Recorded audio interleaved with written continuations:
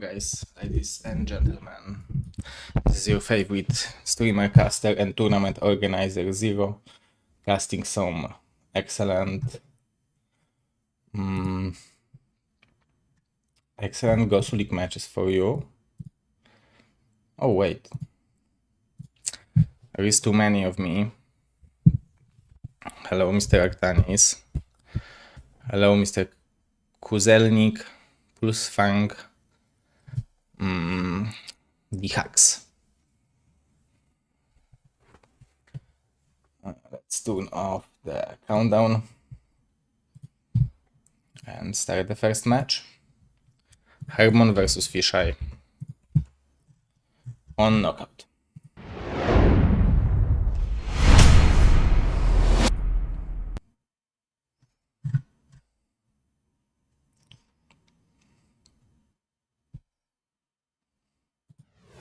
Wait. Okay,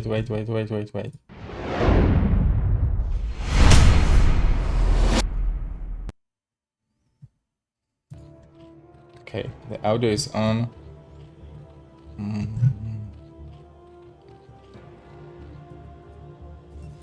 Fisheye, a very strong German Protoss player. On the other hand, we have Hermon, very strong American Zerg player, and the chances, from my perspective, in theory at least, should go to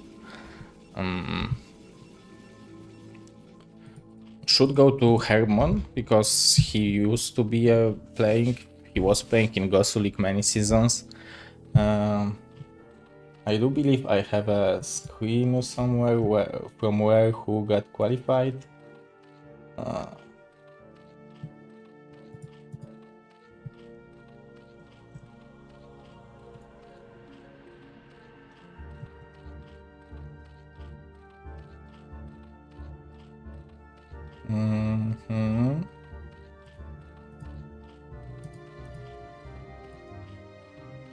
Okay. So it's Hermon 2210 MMR while qualifying, and Fisheye qualified as a seed from the top 3 of the GosuLeague tier 1 last season, so also showing a good performance. And also remember, guys, that it's like not the ladder performance which perform in the tournament matches. Most of the cases, tournament games are completely different. It's completely different approach from the players, because you have just one game and there are different approaches. If you know that you are playing against worse player, you might end up choosing some more all-inish strategies or be more on the edge of cutting some workers, doing something quicker just to surprise him. And as a better player, you also need to know about it. So definitely completely different approach should be taken from those players. We can see 5 links from Hermon. I mean 6 links. 5 links in the main base waiting.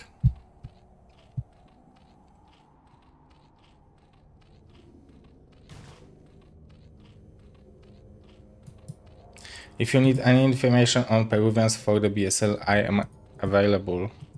What kind of informations, Mr. Artanis? You mean like datas or info to contact?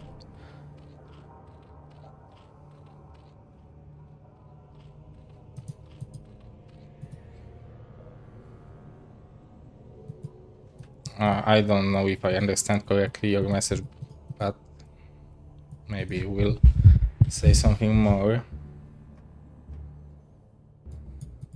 So you can give me information for them, but they shouldn't be invited anymore?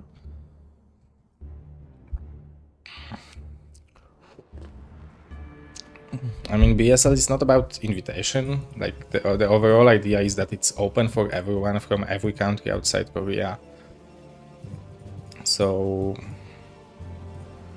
it's not like we invite them, they just qualify.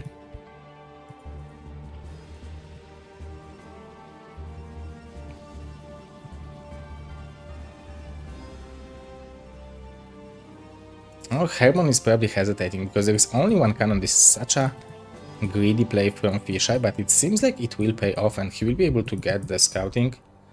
And re-scouting, that this is completely normal. Seeing the Spire.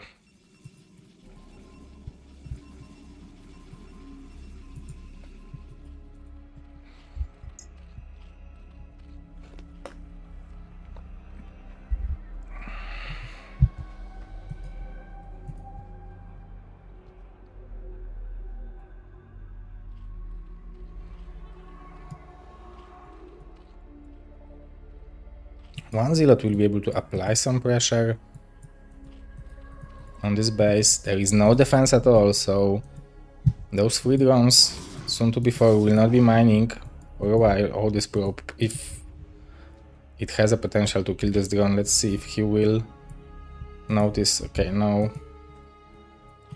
This is this a... Yeah, you can't fit Link over here, so it's like tight. It's designed for Zealots, but not designed for cannons.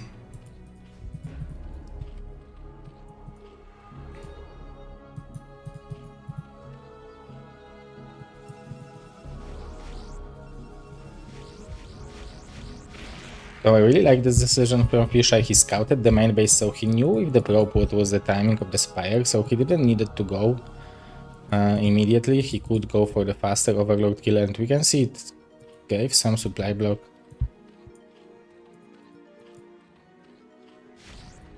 But we have first Scourges coming out.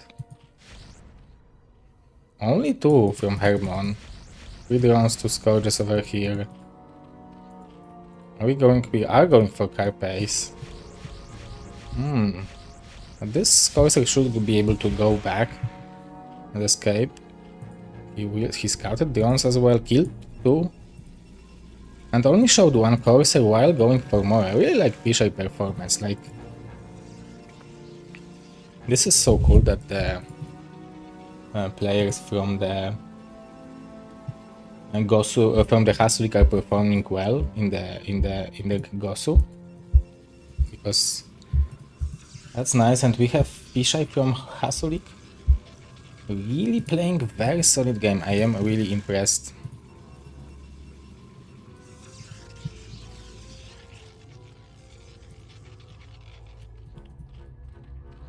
Obviously against Hermon you can't play just solid. It has to be rock solid for the entire of the game.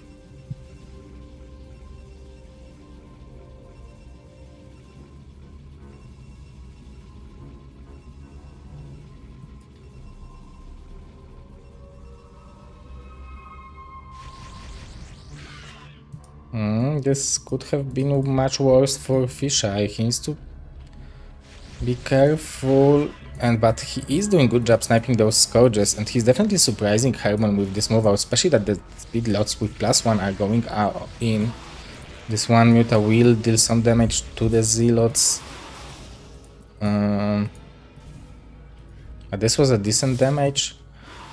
Although if the Zealots will fall, it will be not that bad for Hermon.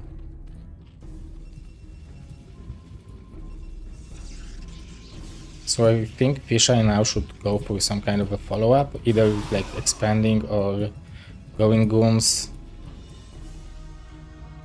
And more Templars, a bigger push. How many gateways he will go for? It's 7 so far. DT is on the way, the Spore Colony is late.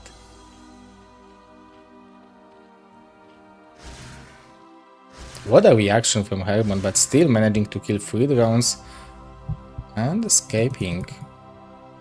This is such a good play from Fisheye. He has 7 Corsairs, he could catch those Mutas, but 6 Scourges.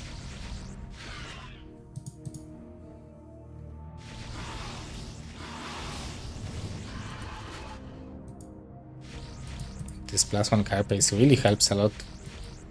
Have more Scourges. This might be the end of those Corsairs. Oh, but Hermon didn't catch on them.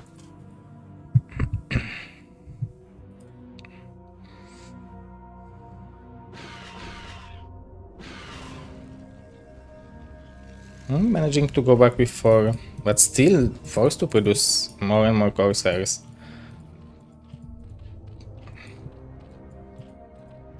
Hermon is just making drones out of those 5 mutas. I mean, he will probably be able to add now like 5 Sankens in each base.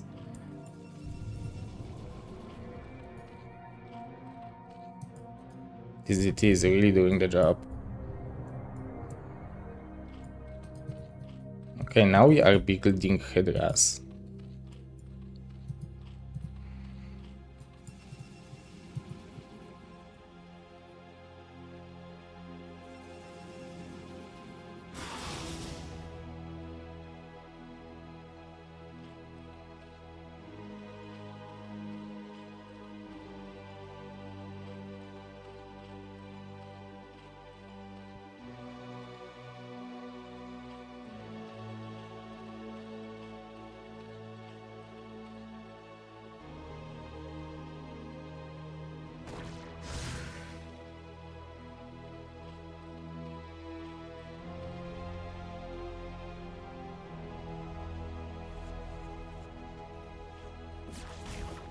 We will scout the lurkers, but the observer is already available. 130 supply from Fisheye.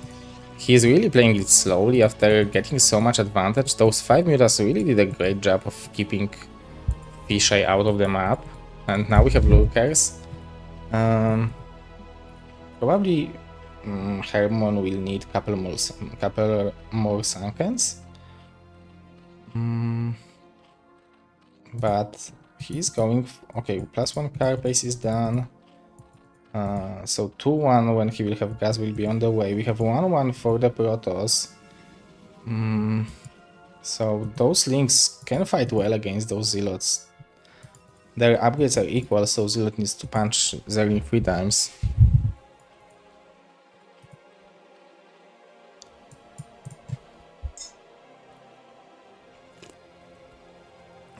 Mr. Lucky Bears. Gosu Fear.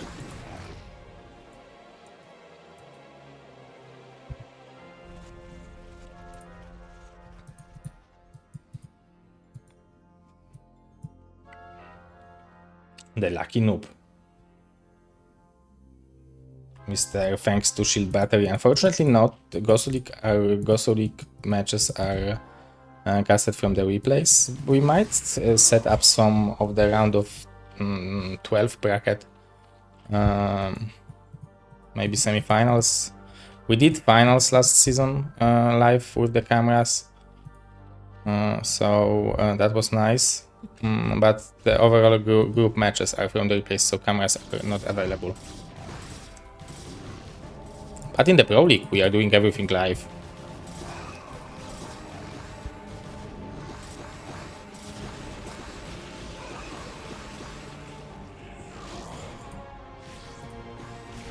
Okay, this trade is insanely good. I guess DWAP is great for things like that, right? You just unlock those units, those Sankens, and just pouring in.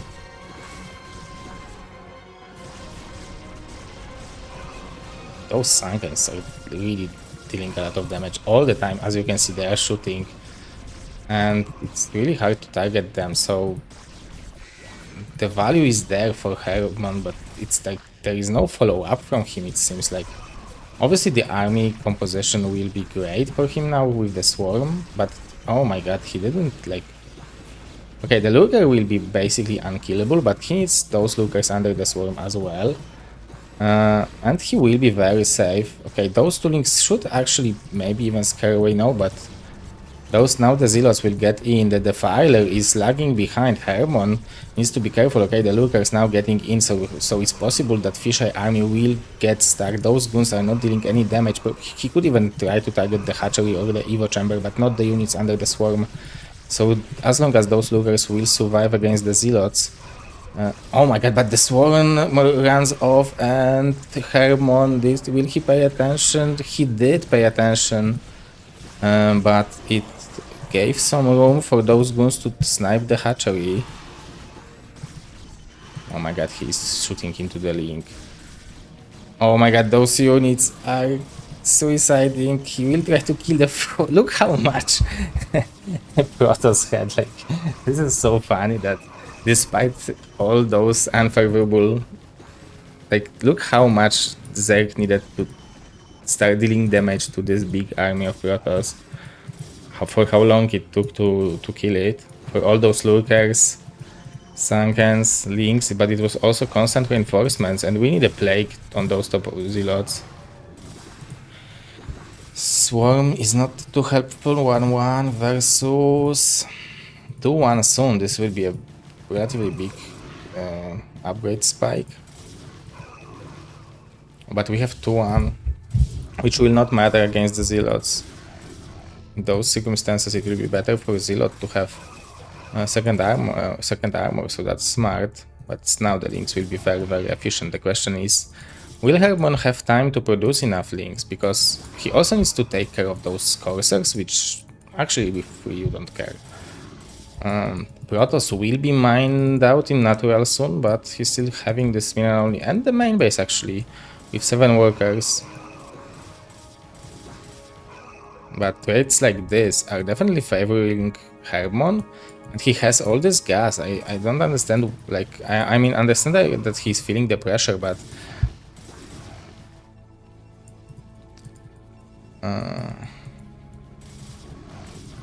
I mean, just, yeah, adding couple Hydras, I love it now.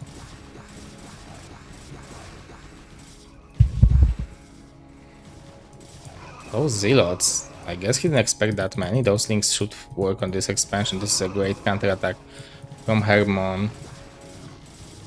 But more Zealots coming in. Fisher with the good reaction time. And 1 cannon will be saved. So despite that good position, look at the supplies now, guys. It's relatively close. I mean, Hermon is on so many hatcheries that rebuilding those drones for him is not a problem. None of the hatchery actually failed. I guess there was, maybe it was a hatchery here that failed, died, but I'm not too sure. And those coursers are being sacrificed. We have 2,500 gas. What's stopping Hermon for building 10 mutas? If only Overload would be here, we would have 1 observer, so it wouldn't change anything, but it's still, with those Hydras, would be sniped. Okay, we will have 4 lurkers. He just can't lose them to the storms, but seems like those storms are great. We will have 2 more lurkers, but we have no reinforcements. Hermon is not sending stuff. Okay, he's waiting for the Nidus to finish actually. So now he can send stuff through the Nidus.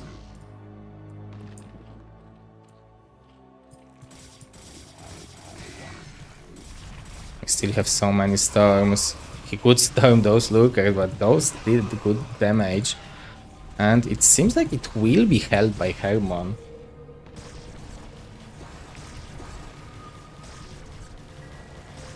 Stormo! That's, yes, better Stormo than not Stormo. And then 2 lurkers left. I hope I didn't wake up my son.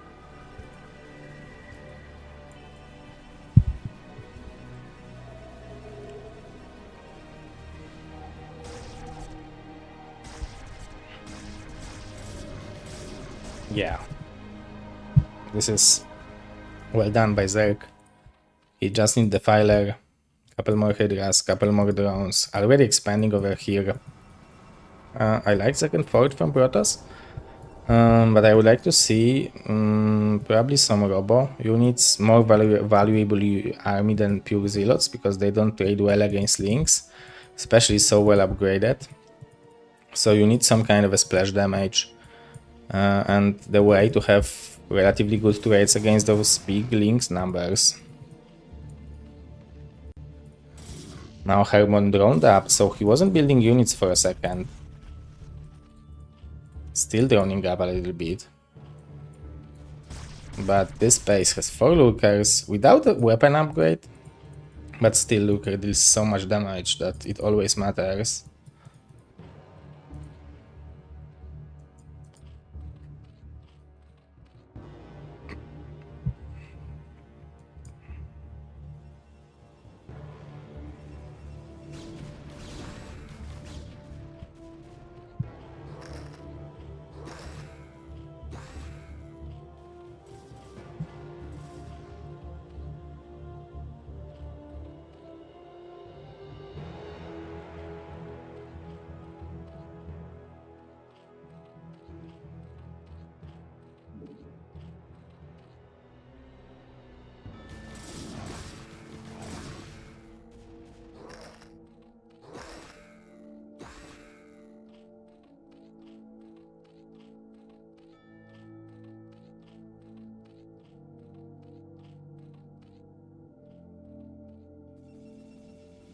Okay, we have some Archons, a lot of Templars without energy upgrade so far.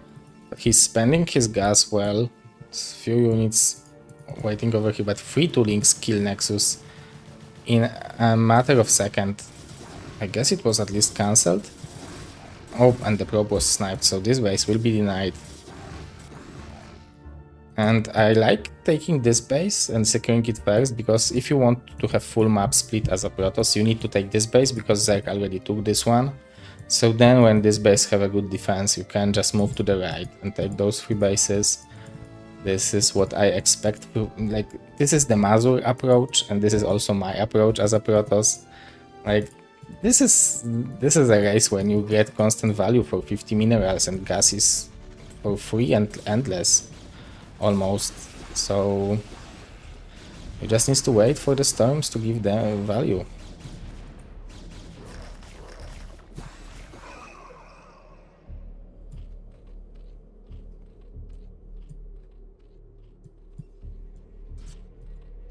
Ooh, if only he would have damage on those lurkers, those units would be almost dead, but now with good storms. Oh, he decided not to go for it. I guess the army composition is not encouraging. Oh, those are fantastic. This is fantastic counterattack. But good zealots from Fisheye as well. He will try to secure this base in the meantime. Look at that. The links are everywhere but not here. So that's a good chance for Fisheye. Only +2 weapon. When they're more... Okay, 3-1-3 will finish in a second. Maybe that's what he's waiting for. 3-3 is done for Fisheye, for Hermon. Probably would be good to try to storm this army first before attacking, but still we are going in. We have the army which fights really well under the swarm. If he will only storm those lurkers, he should be able to break through. It seems like he will, but now this army will be under pressure of being plagued. I guess he can just attack to the natural now. What's stopping him, right? Yeah, just storm it.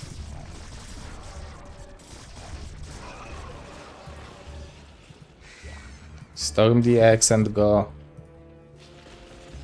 Have great counter attack, but 3-1-3 is trading a little bit better than 2-3-1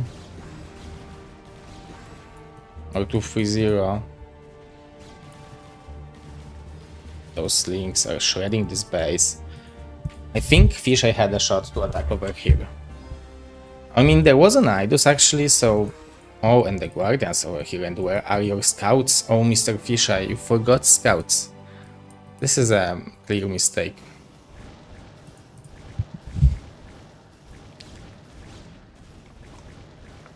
But Storm Drop is ready for the Guardians.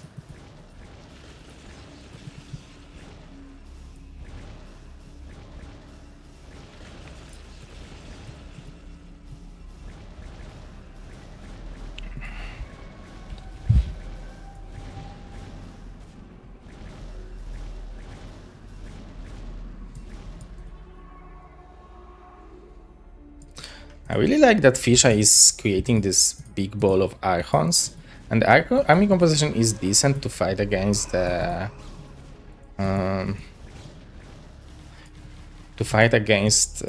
the swarm.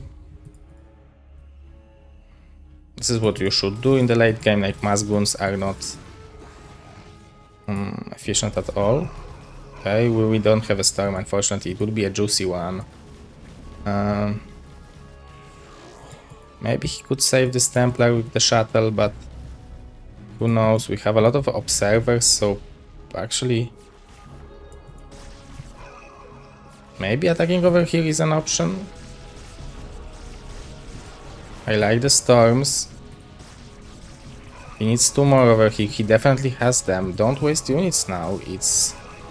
There will be not many more resources. Waste energy. Waste energy forever. And the swarm is doing a job.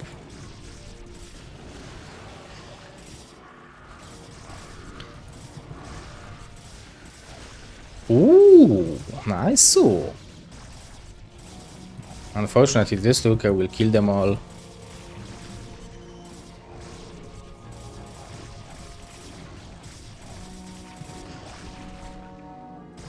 "21 HP lurker and a dream," and there was a Templar with energy, just looking fucking sadist.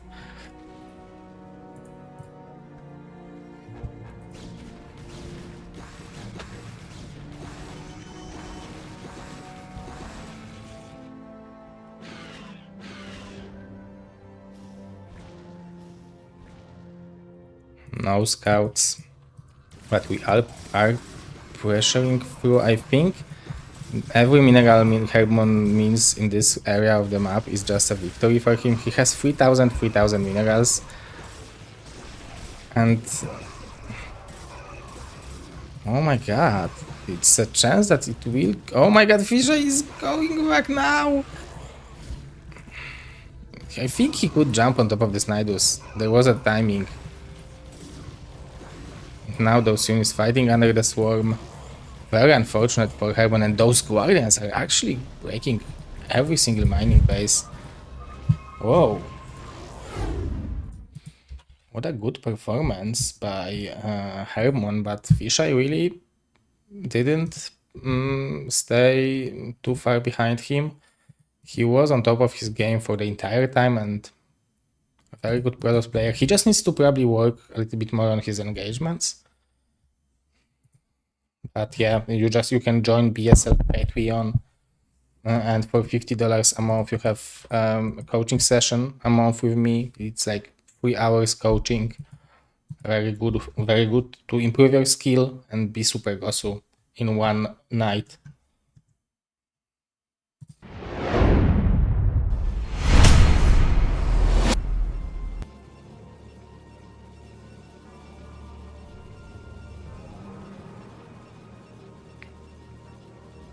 So map is Polestar now.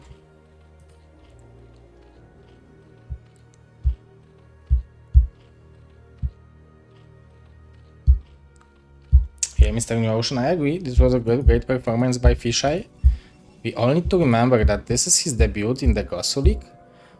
This is his 4th best of 3, so he's just beginning to like understand again and get, because on certain level people play certain things which they focus more on. So I guess you need to play a little bit in GosuLeague to be able to figure it out and come back stronger. And we can see that Fisheye, I guess he started with 0-2, now he's 1-2, and playing against Hermon, very solid Protoss.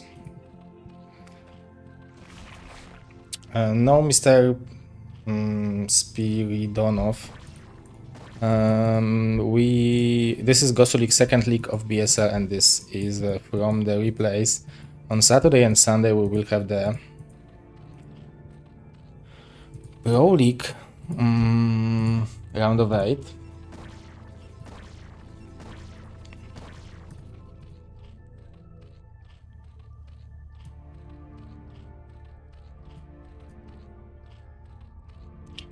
We will have Ziki Striker, Dewald Hawk on this Saturday, and loser of them versus loser. So either one of them, Ziki Striker, Dewald or Hawk, will be eliminated.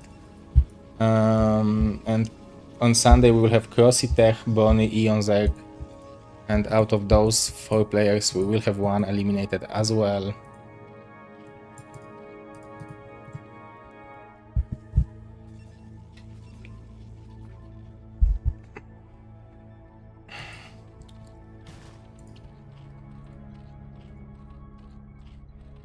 I am most hyped for Ion versus Bonnie, because I actually think that Ion has what it takes now, because Bonnie is very inactive. He can't, like, maybe not very inactive, he's playing a bit, but I don't think he's as active as he used to be. Don't have motivation, I guess, to keep improving.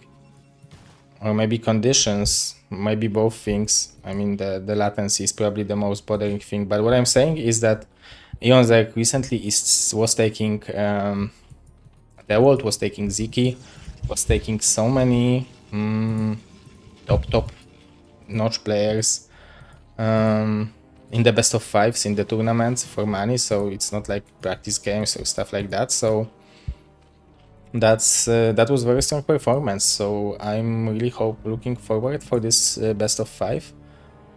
And Crossy Tech is also like, because I'm talking about PVZs first, Crossy Tech is also a cool one.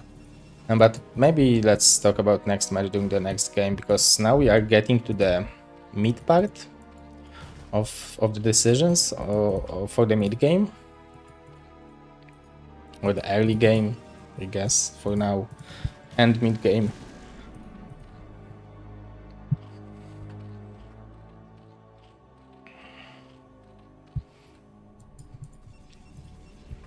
And Wikipedia says it's starting 8 p.m. Central European time, but it will start actually 9 p.m. Central European time. I guess someone who was creating bracket copied it from the last year. Last year it was 8 p.m. Last season, excuse me, this year. But it will be... Okay, this is a very quick spire, right?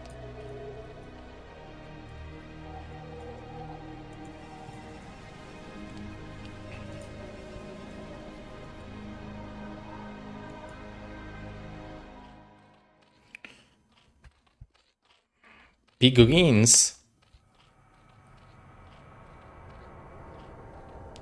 Thank you very much for the for watching 15 transmissions, 15 streams of Zero PL. Means that you've been watching GosuLeague and Pro League very consistently. Much love for you, wherever you are, wherever you come from. Thank you for watching.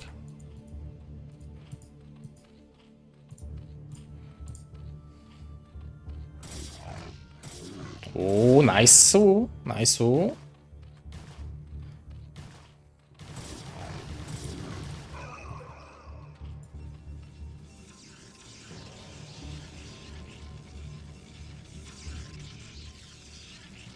One drone and scouting, but he sees the speed links, I guess. Yeah, the Spire of Harmony is so well timed. I guess we would have to look at the build from the very beginning of Fisheye, where he was maybe cutting some probes or stuff like that. But maybe like this will be 4-gate zealots, and the Scourges will be there actually to save the Overlord. So will Fisheye have the reflex to go back? Pooh, just like that. Immediate connection. Yeah, 15 streams in a row. That's a good accomplishment.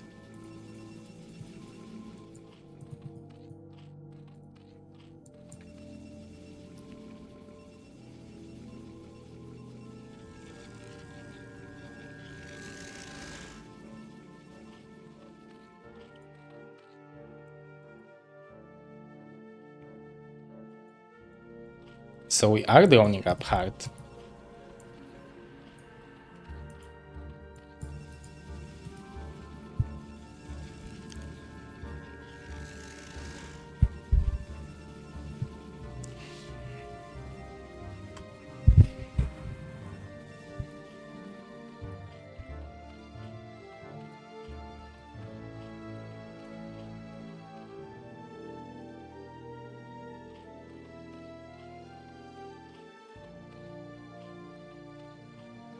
Ooh, borrowed links. That's sneaky. Oh, but those two zealots might save the party. This is cute, actually. But those zealots have speed, so how much those links will be able to do while the attack is coming? The links probably will get cleared. And the zealots are surrounding the sunken. He should target this sunken colony with the zealot. This is good job, yeah. This is what he should do. Every damage now matters so much. And those two sunkens. Harmon probably should wheel to the main base to defend it. Yeah, almost getting it. Oh, but more zealots are coming. And Hermon not microing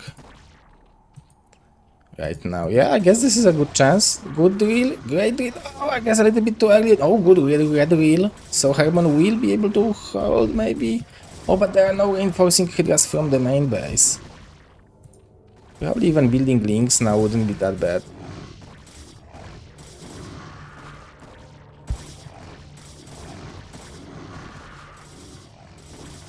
Goes to links. Oh, but there is a cannon, there is a zealot. So there is no potential to wipe out the mineral line. He could kill the gateways.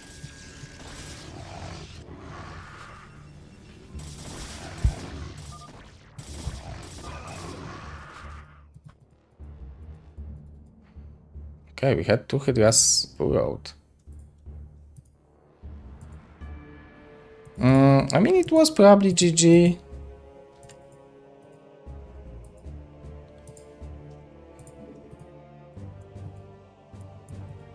Yeah, the Lurkers were not incoming. The Mutas were actually... One Muta was coming. Yeah, it was a GG. It was a GG, guys. So the score is 1-1. Nice. Really good performance. Fisheye just punching.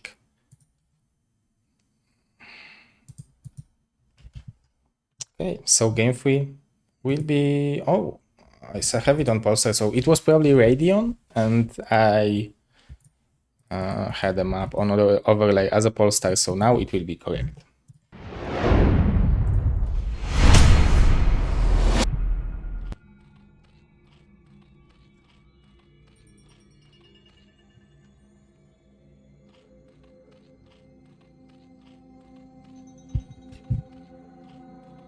Yes, yes.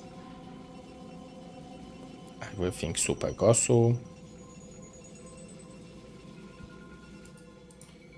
As it should be in GosuLeague.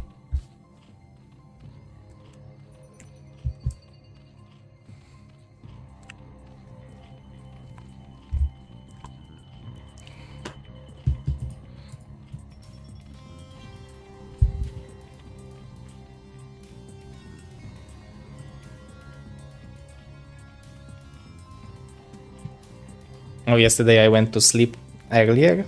I mean, maybe not earlier, but I went to sleep at midnight. And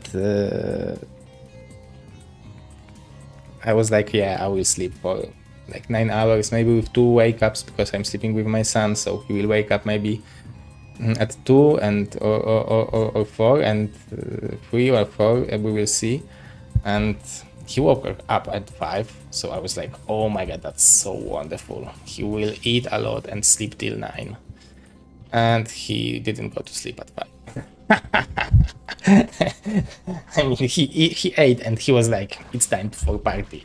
And GG, no, I was destroyed.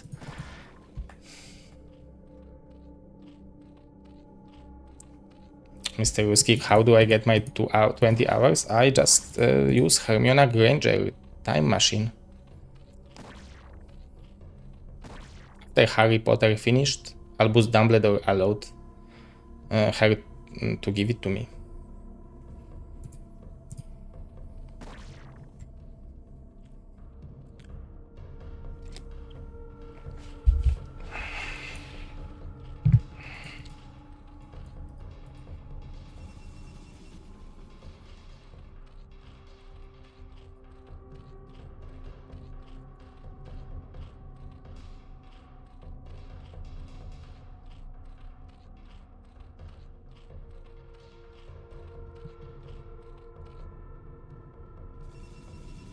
Yeah, having kids is great.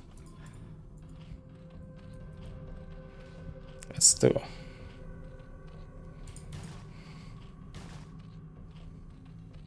When was Lost Temple last seen in pro games? Oh, I don't know.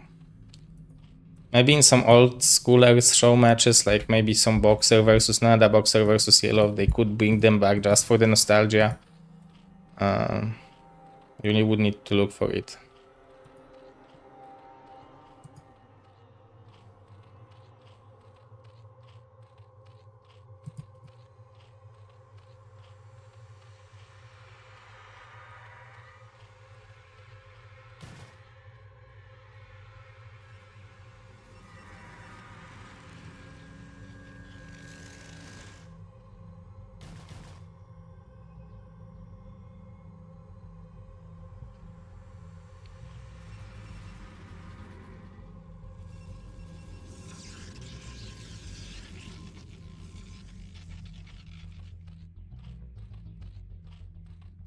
Oh, I was supposed to talk about the second match.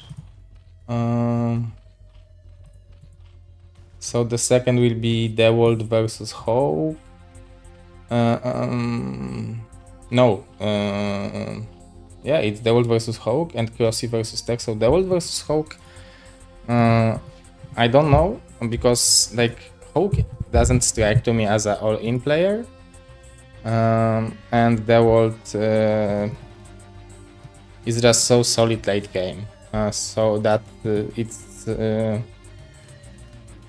he can allow himself to put himself into position to play a late game or mid game with Hawk.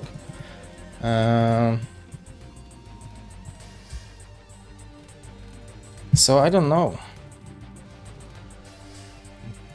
Of course, I'm always like inner cheering for Zergs or for the underdogs. So I would want Hope to perform well, but hard to say. I would say that Dewalt is a clear favorite. I think bigger favorite than Bonnie, because Bonnie versus Jędrzej, Bonnie is also favorite, but the same feelings I have about the underdog and Zerg, that I would want, prefer them to win. It would be excellent. Oh, this Link is he is using those Link's undecisiveness. Nice micro now from Hermon.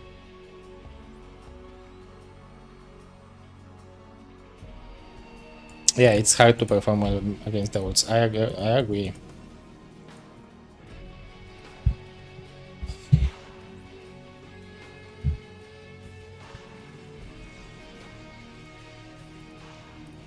Oh, he needs to fill the gap.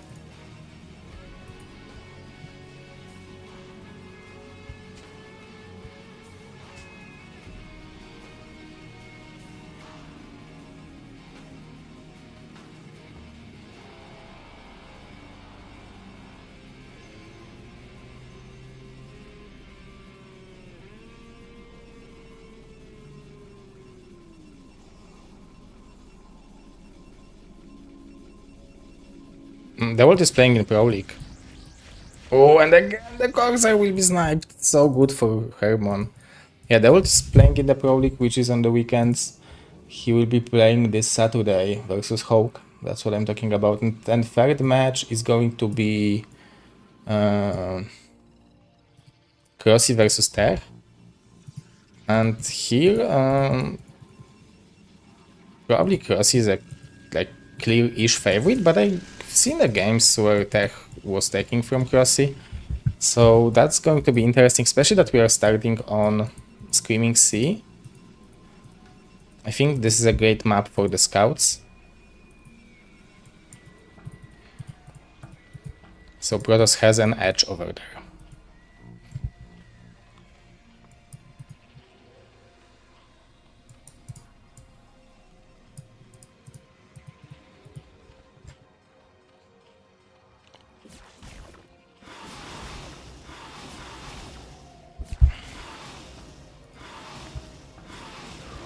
Whew. Hermon likes to play hard.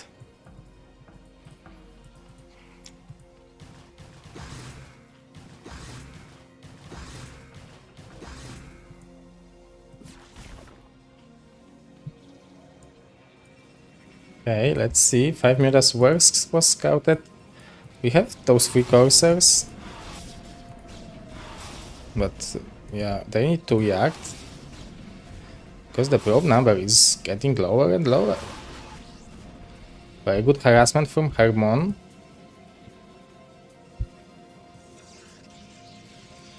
Fisher is going for a very fast storm, so maybe he expected some Hydra Blast.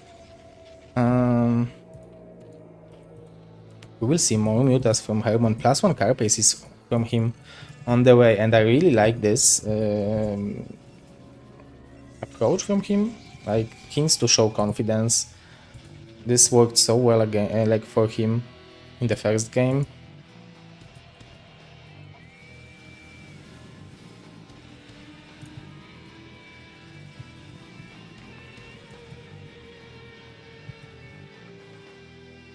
have 38 drone arenas.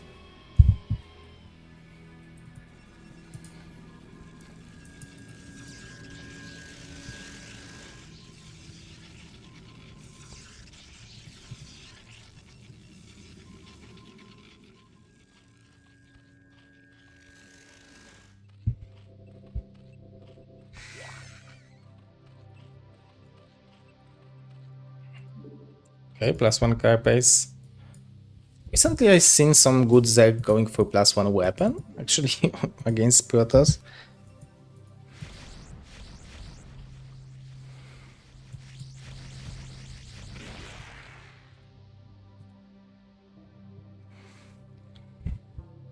Ooh, what a catch! Oh my god. All those coursers are in danger of dying, but he should get the storm ready, I guess.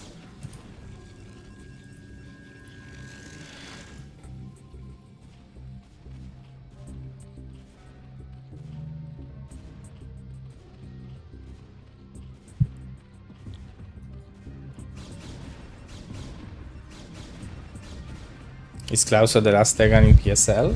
That's a good question, Mr. Wolfix. Alm and Klauso, and we are the last two Terrans, and Napoleon in 33% Terran. So we have 2 and 1/3 Terran left in BSL. Stormu! Why never Stormu? Those Scourges also never connection. That was a great. Those were great snipes and still a great value for Hermon, but it could have been a little bit better for him. But also using the Storm for fish, I think in those situations it's. Whoa! 5 coasters, but none of them is dying. They are spreading the damage nicely.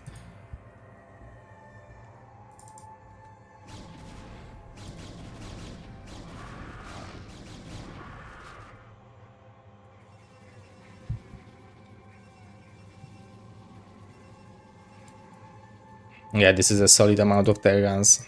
Seems like Terran too strong for the European Terrans or foreigner Terrans. And many of them got unlucky. Many of them are not practicing.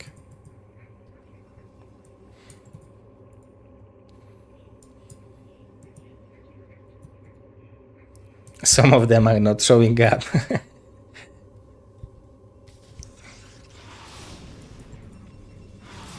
Oh, we have potential for the Stormu.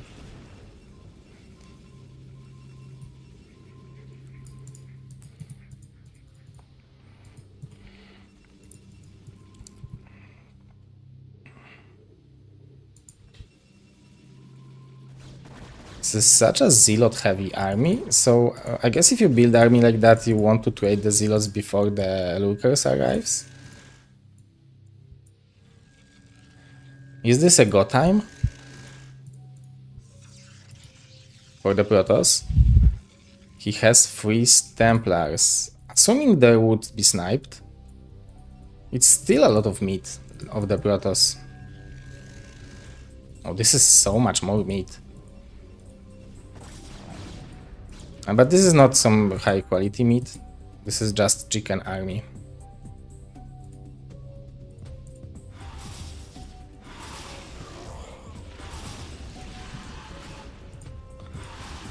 Hermon is killing the beef.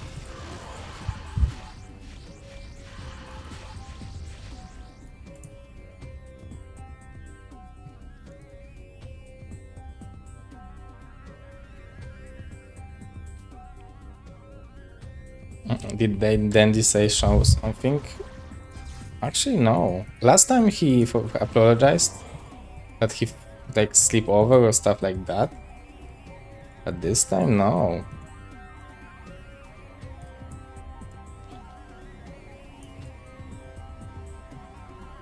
But I didn't want to bother myself with like doing something official bans and stuff like that, because I guess this is the attention he wants. So I decided to ignore him and just place the next match and Don't give him what he wants. Okay, the lookers are waiting. We have 4 bases from Zerg. +2 is on the way. This game looks much more solid from Hermon, but Protoss is also on 3 bases, so he's definitely not out of it. Oh, nice reaction time from Fischer. He also has 250 energy, so I like it a lot. He is adding more gateways. Some rally points probably needs to be fixed. Do we have second porch? And there is a question, how do you build behind the minimap? Like,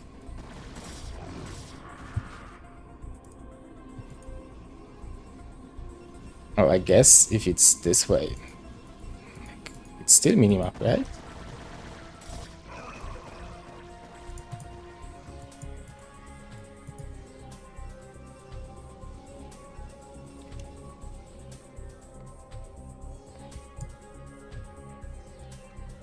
Yeah, sometimes I see Terrans intentionally putting the armory hidden.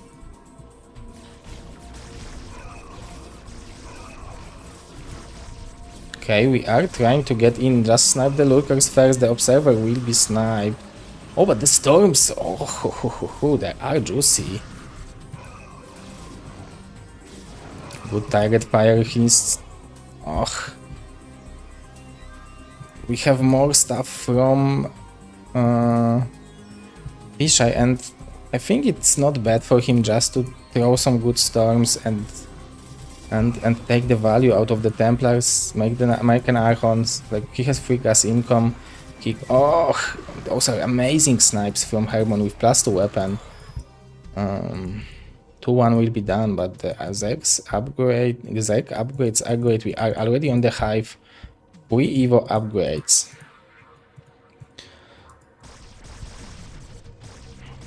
And we don't have observer over here. A lot of free damage is being taken from Fisheye. He needs to be extremely careful.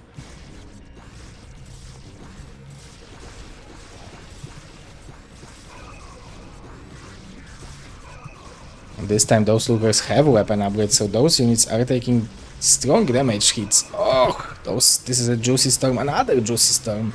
Yes, this is the traits. Okay, we will have a potential for 2 juicy storms over here from Hermon, but none of them will be done. You don't want to jump on top of it with the zealots. Actually, and only chicken is left.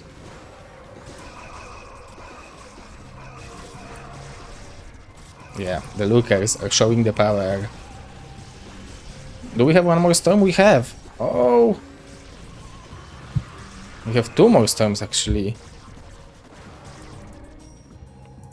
But I think Hermon just out-macroed Fisheye on those 4 well-saturated, well-upgraded bases.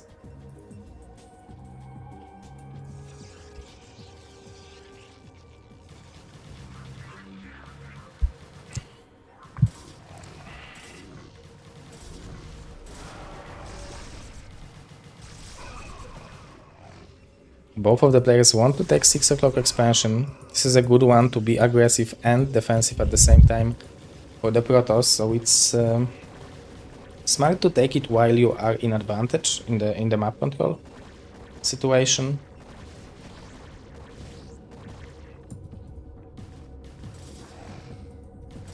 (2-1) versus 1-1. But there is just more links.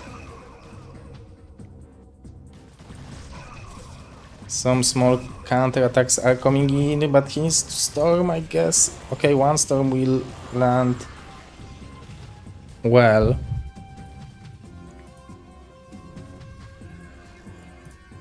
Yeah, Fisheye really can put himself in a very decent position, but then I think he should play a little bit of micro tournament and stuff like that. Just to have a little bit better control of the units. And those storms, now this control is really good, amazing actually from him, but like, he's mining only from 1 base. And I don't think Hermon will get him out of here, especially that Hermon's like loves situation like this when he has all those hatcheries full tech, full upgrades on the way. He has the APM and speed to macro from all those hatcheries to send those units to be aggressive. And even the tiny defense over here will be hard to breach, especially with some reinforcing units. Yes, Archon is great, but once he will be surrounded by the links, it will go down. We have no storm, unfortunately, for Fisheye. It seems like Hermon. GG, good lucks. Good lucks. So Hermon taking 2-1 and equalizing his score to 2-2-2-2.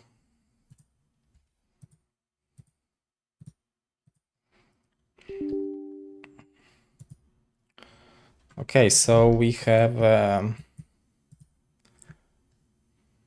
Hermon 2-2 and Fisheye 1-3. And now we are going to Hannigan versus Klauso.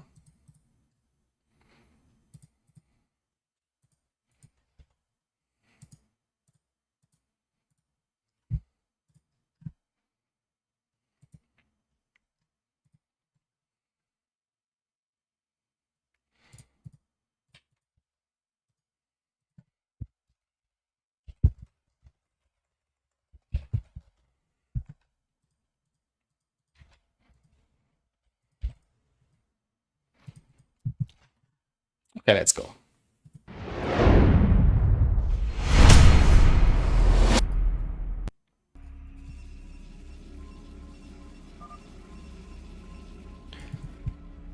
Like when you look at those players, like actually Mazur, Hermon and Klauso loves to play late game. Napoleon as well.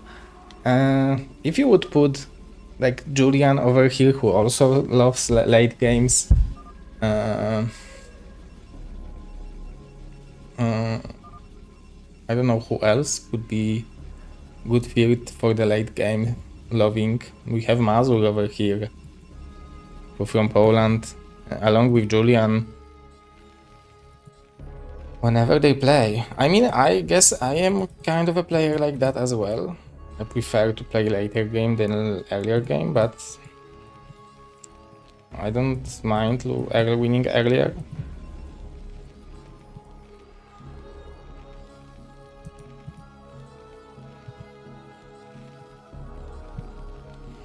Hello, Mr. Syndrome.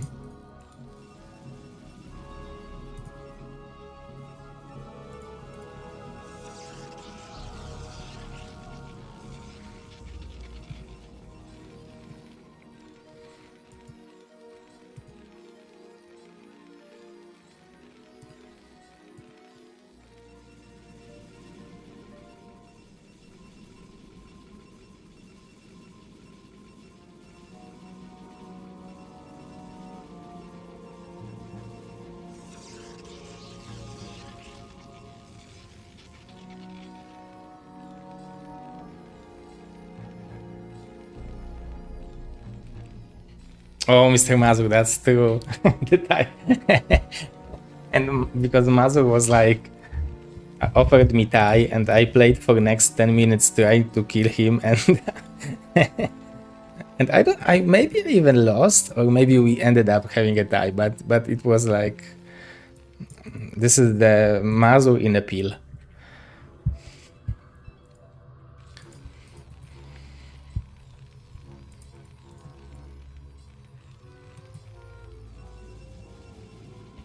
Like, if there would be StarCraft pills of Mazur, it would be 55 minutes.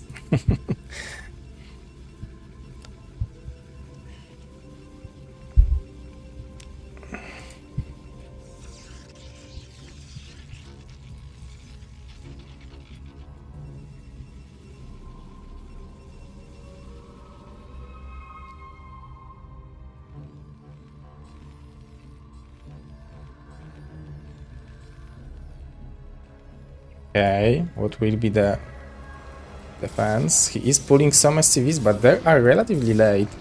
So oh, nice repair in the meantime, but only one Marine was shooting, so this Zealot still has a ton of HP, and this barrack, this supply placement isn't the perfect one, and now the time is not working. We're working in favor of Klauso because he's not building this factory. Look how late it is. Fortunately for him, he will have those 3 Marines, but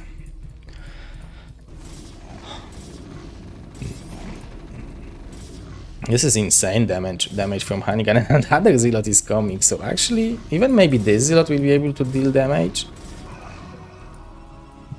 Now the Goon on the way and range. So this is the late game, like PvZ.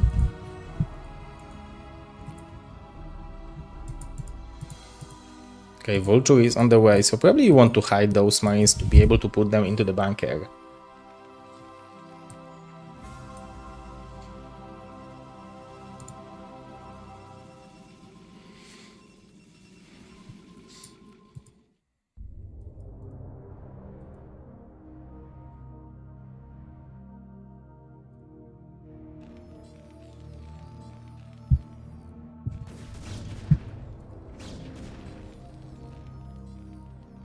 Oh, Mr. Way, Sugadintas has 5 transmissions in the way. Oh, and all the Marines, nice snipes.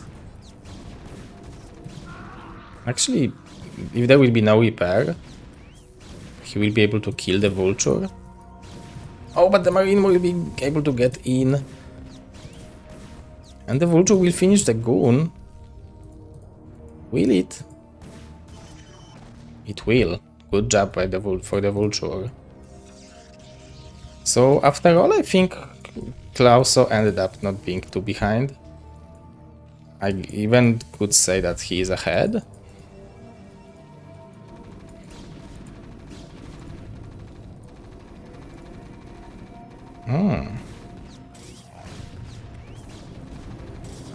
This is interesting. He killed it. Oh, he wanted to kill both of the SCVs, I guess. But the tank is coming, so this tank needs to get out of there. I mean, this Goon.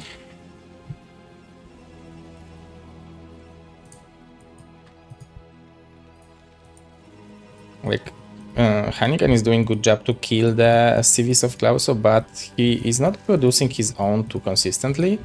So he's only ahead 2. Oh, but he's going for the 3rd Nexus. New Ocean style. I guess I wouldn't call it New Ocean style.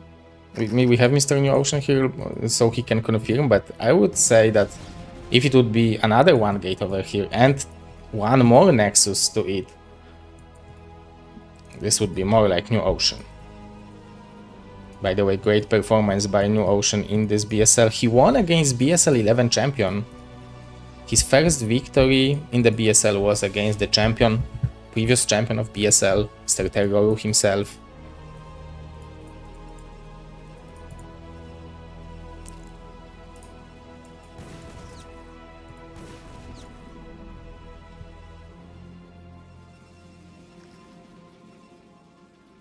Oh, great mine hit from Klauso. But overall, this will be kind of safe. This is so open to harassment. Klauso playing it kind of slowly with the armory turrets, trying to build up this economy, probably hit for some kind of a timing. It's even possible that he will go for 2-1. And Klauso is also one of the players who loves to play longer games.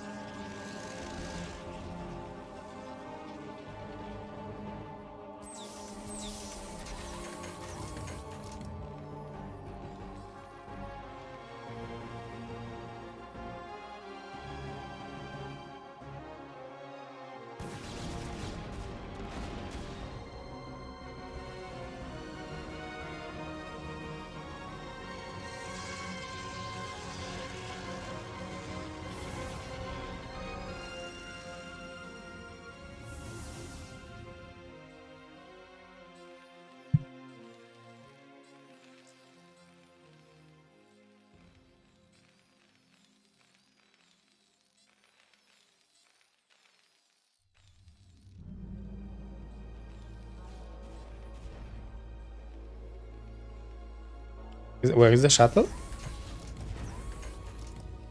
Okay, it's going in.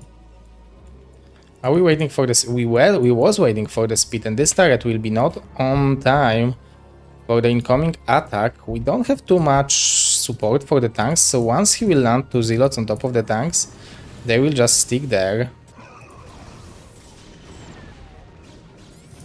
The river has been cleared nicely, but it seems... Oh, there is one more tank on the high ground, so maybe there is a hope for Klauso.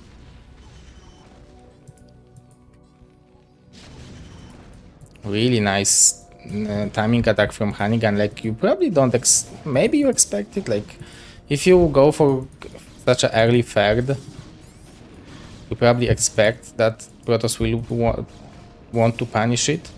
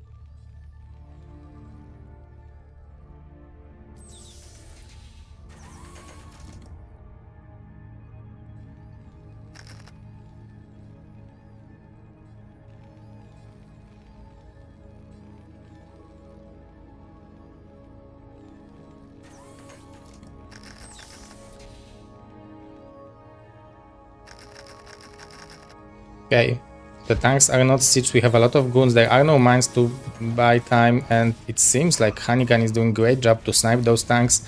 So Klauso will be left with only one tank behind. We have 2 more coming in from the rally point, but this command center is under a big pressure, but the mine hits, and it's possible that actually Hannigan will lose all... Oh, but the SCVs are falling. Seems like... Oh, very nice play from Hannigan, doing the best he can out of those goons. In the meantime, he expanded twice. His gateway number is almost the same as his Nexus number, which Bonnie told me it's never good.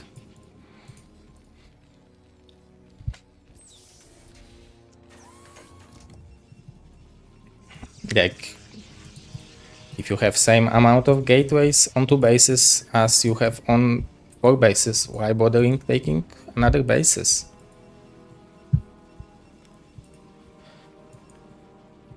Was the question I was being asked by Bonnie, and it was a very accurate question.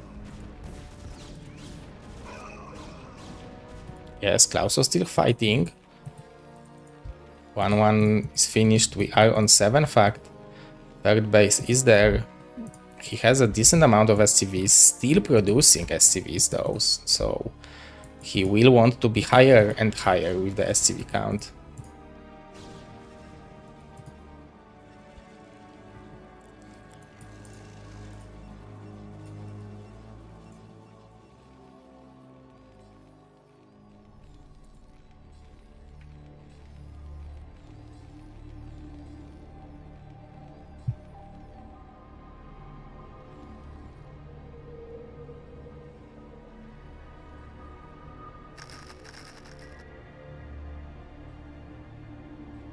Okay, so 12 o'clock expansion from Hannigan will be kind of scouted by those rivers. Oh, but it will be a nice counter-attack. Oh, but he can go for the cannons, I think, with that amount of vultures. Some of them did heavy mines. And this is a great drill from Hannigan, so not that many probes going down. In the meantime, we will have the counter-attack from Hannigan to Rebus. Killing so many SCVs in 2 shots, probably more than those vultures. Maybe not, but maybe similar amount. He can target fire those supplies though. This is very annoying for the Terrans.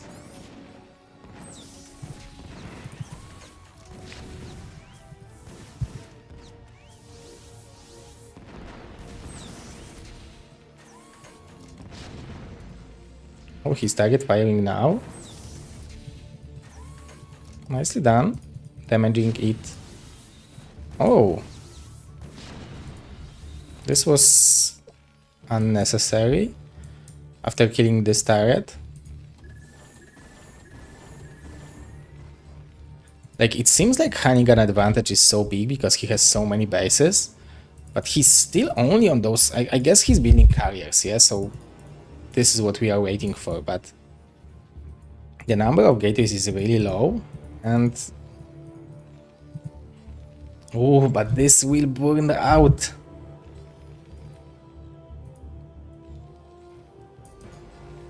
This is the good synonym or analogy to the bad investment.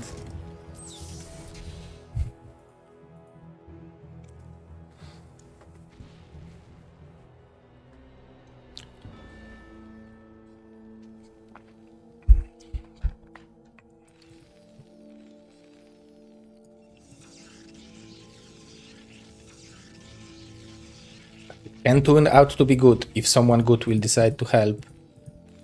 And everything was saved. Suddenly this investment was excellent. And we are going up to 2-2, 2-2. And 2-2, 2-2 is very strong against carriers. But you also need to have Goliaths, which... it doesn't seem like Klauso is aware of the carriers. So it will be quite fortunate for him that only 3 will appear. I think you can clear 3 carriers from the rally point. Goliaths with those 4 and the Matrix.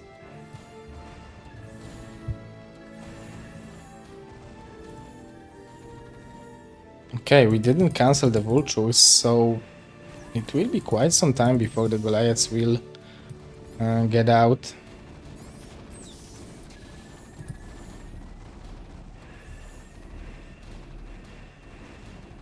Okay, we are attacking in the meantime. Both players are actually attacking in the meantime.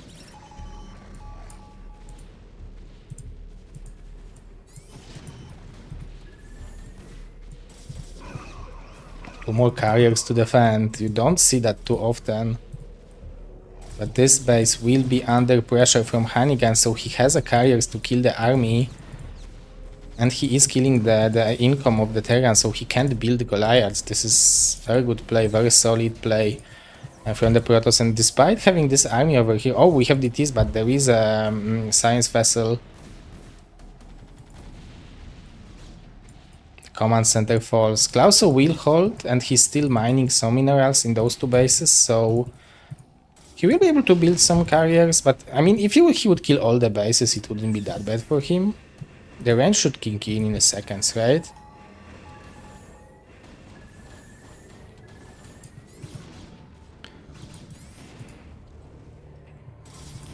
But I really like going back with the tanks. You need to clear this army somehow. You want to focus on building Goliaths in factories, so you don't want to produce vultures and tanks. Oh, but those zealots might be nasty. 2-2, now strong army, but we have more reinforcements from Hannigan. Actually, we will have decent amount of Goliaths, but now the carrier number is bigger. +2 weapon on those.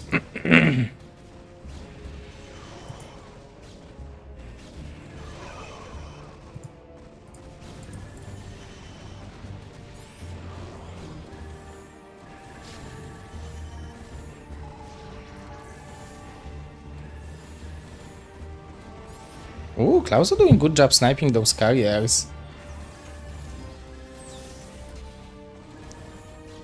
But I think it's just not enough.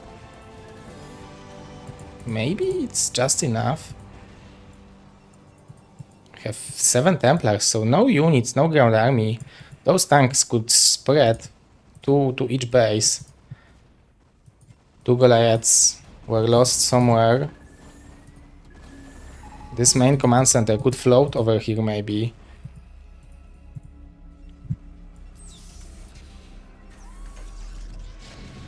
Ooh, full overkill on this probe.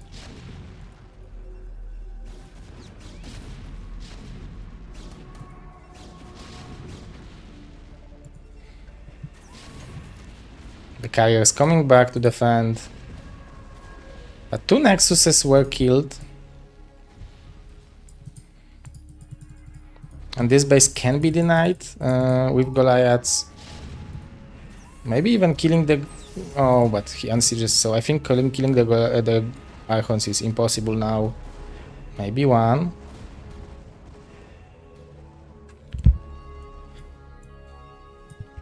And that's great that he killed those bases, but now if Hannigan will make 10 goons, there is nothing to kill them. We have 3 random tanks on the map. Oh, but he is finding some damage with the Goliaths.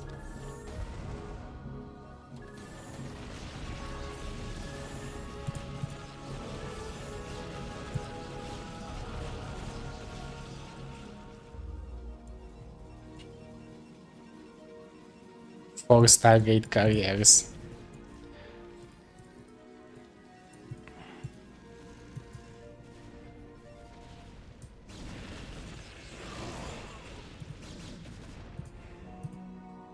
Oh, I love this 2 Archon counter-attack.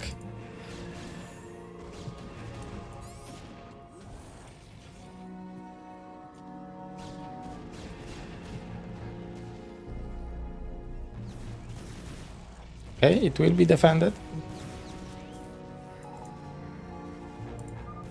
But GG from Klaus, so he realizes that he doesn't have anything to kill.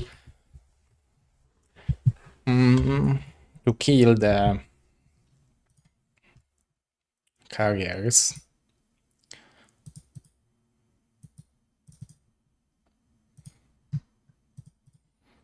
Okay, game 2 will be on knockout.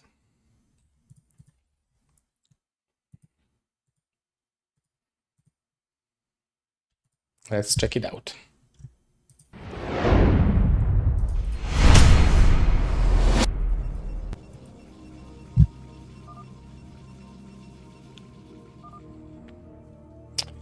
Yes, good luck, have fun, good luck, have fun.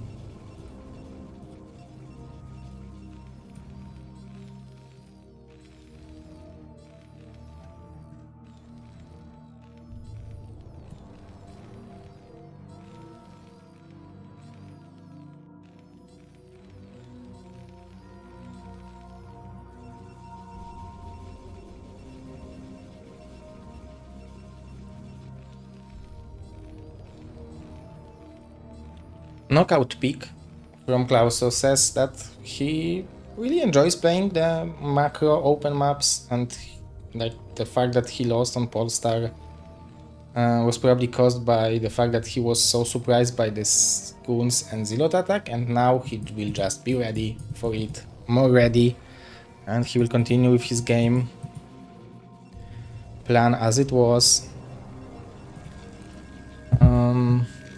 What was the score of those players? So Hannigan is 2-1 and Klauso is 2-1. So they're actually winner of that will have 3-1 score.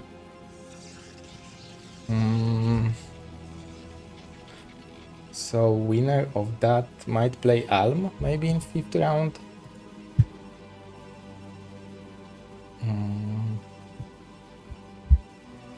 Or Mazur, because Mazur has 2-1, Hayek has 1-2. Hayek has 2-2. It will be interesting. The 5th round will be interesting.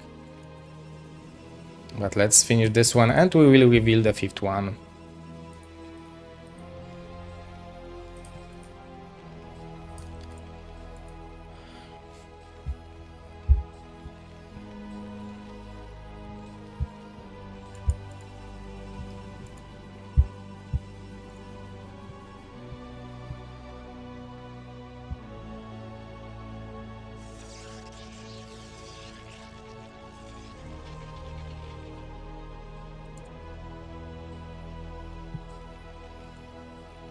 $225.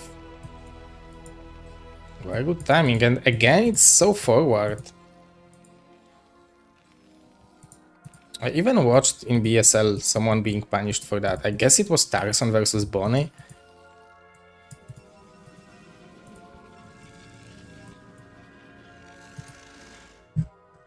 The last run in the Pro League. Tomasz. Son. Boroń.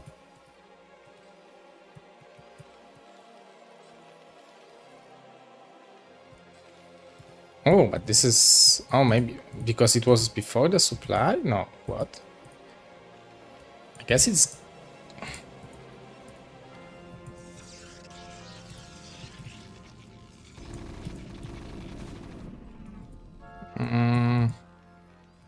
Oh, going for the machine shop. So, and building more marines, like it's still... Okay, building 5 probably means pressure. 4 can still be like just for the bunker, right?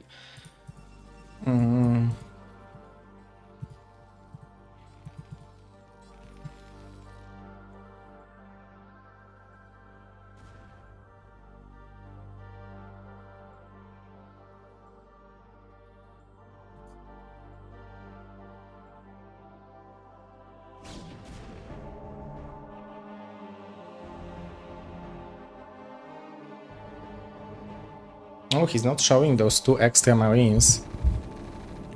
Hannigan doesn't see expansion though, but taking some damage for the exchange, but only shield. So in theory it will regenerate. He can heal it with the shield battery as well, so... mines are on the way. 2 tanks actually. So a little bit slower push. I'm wondering how it ranges up, like... lines up with the range.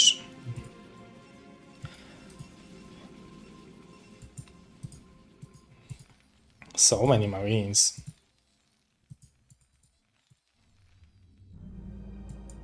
Okay, this probe will be the savior. Okay, he's going for the shield battery still. I guess after not seeing the command center, he knows this is a push. That's why he went for frigate. Okay, canceling the shield battery because... Look at, if it would be 1 tank, he would be ready, but if it's 2 tanks, he might be not ready. But the power of having this second tank might be nivelated by this range. And this is a great scouting.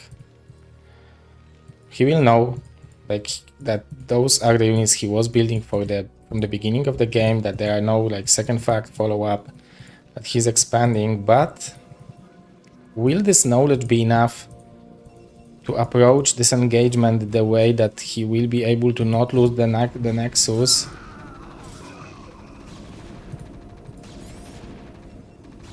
Those tanks are hitting hard. Okay, not a bad mine drag. But we are not building goons in all... Oh, this might be a gigantic mine. And we have a siege mode, I believe.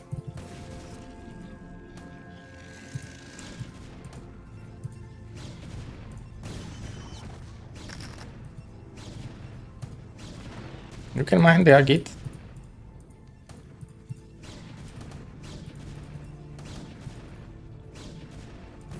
This goon is really dealing a lot of damage.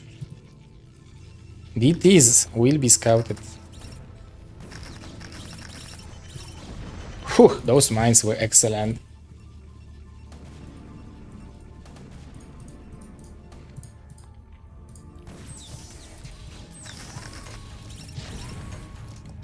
This is a frigate Protoss. Never underestimate frigate Protoss. Do we have Academy on the... No, he completely ignored that. Look at that, Klauso is... like... I already won. How will he... Okay, the eBay is on the way, more factories. Okay, now he decided, okay, I need to spend... Target the Zealot! Good job. Unsieging.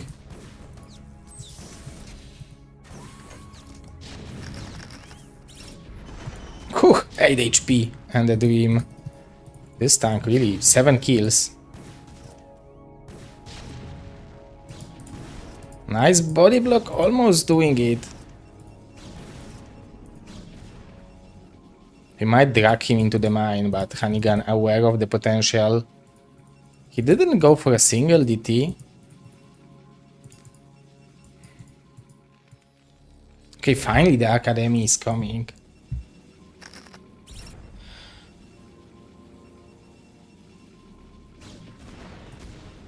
He thinks it's 2 packs. But he scouted with the probe that this was a command center and a factory, so...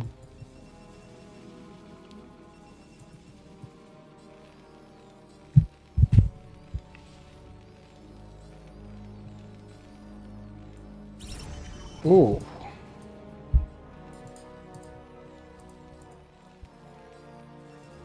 Oh, Stargate. And +1 weapon. This is typical Protoss.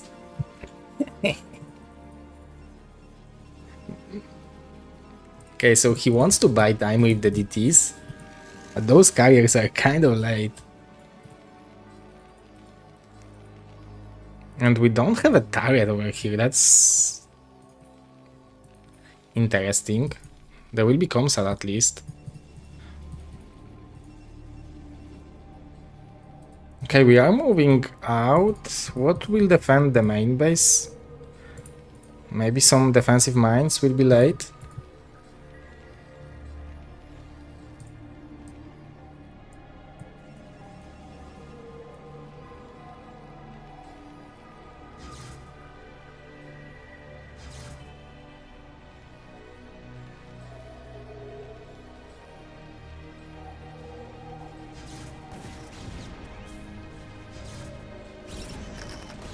Good multitasking by Klaus, so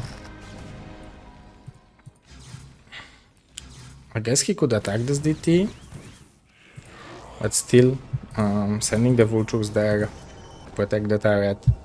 And now he will be able to finish this Nexus with 1 siege mode and a dream.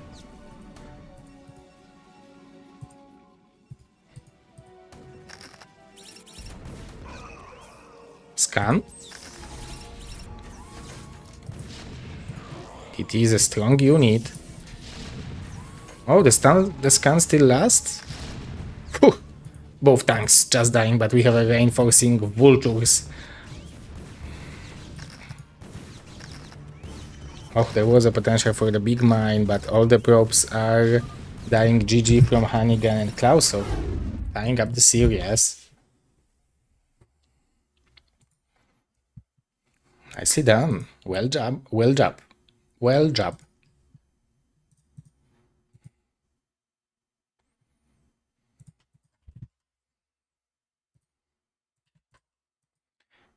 Let's go. Dominator as game number 3.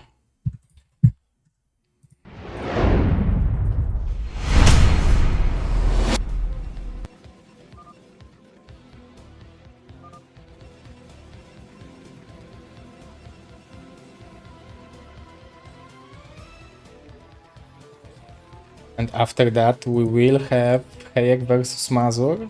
This is the match I was waiting for the most. Both of them are from Poland, both of them I know. And this is a cool matchup.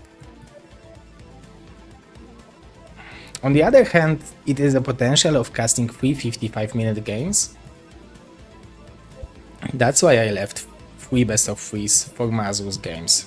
Because I had 7 best of 3s to cast, so on Tuesday I casted 4. And 3 were left for actually Mazur, Klauso and Hermann.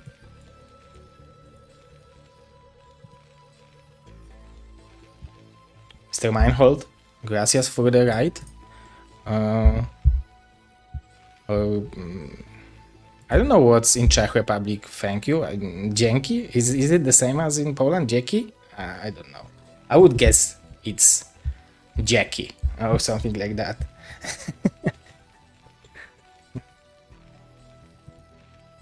Dziękuję. Dziękuję. No. Ja dziękuję bardzo. Bardzo? I don't know what. Dziękuję.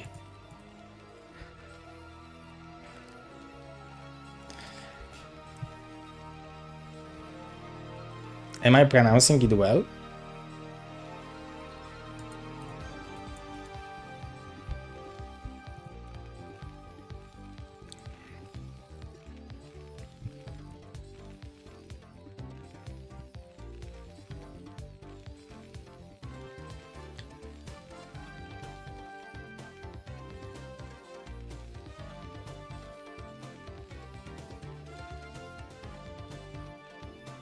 Bardzo, I mean,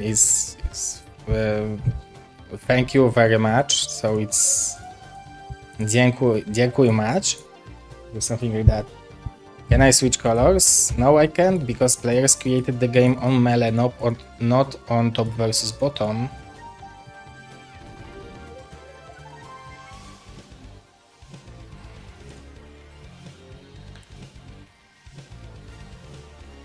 O, dziękuję mnogokrát.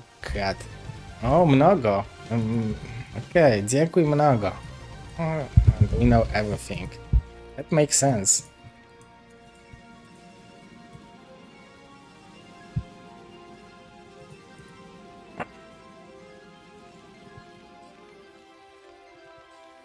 Actually, I met Karolcia in Czech Republic on the winter camp in high school.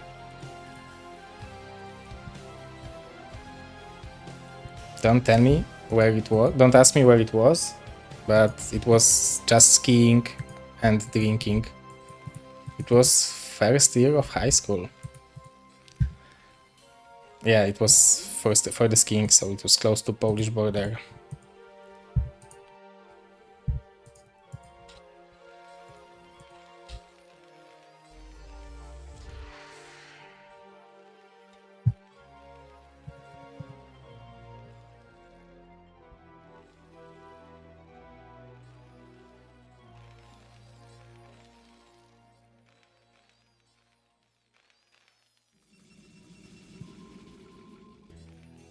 Okay, we need to target fire the Zealot with the Vulture and we are good.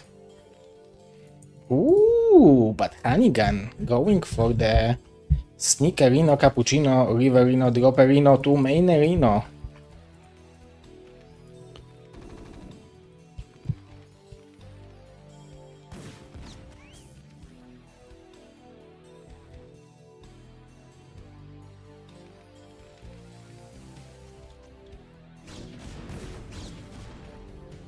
Ooh.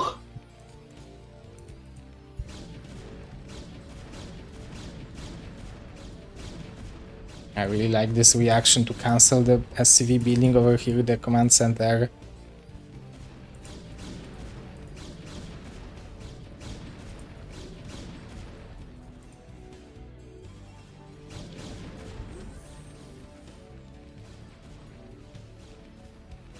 Okay, but with the tank, Klauso should be good. But he also doesn't know that he's playing against one base Revu.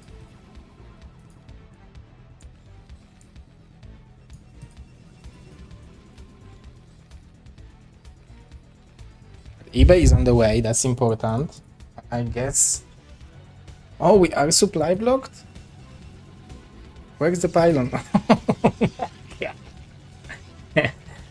No, we are not supply blocked. We cancelled prop or something. We are not building Goon. Okay, that's much better to not build Goon than not build River. But still a little bit more painful. I'm laughing because this is what happens to me. Whenever I'm 9073, I'm always supply blocked.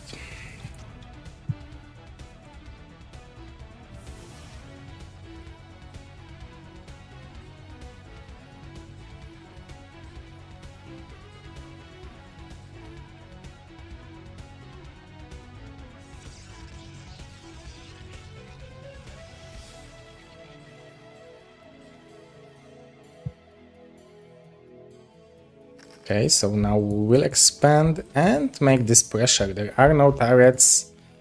One tank, okay, two tanks are there.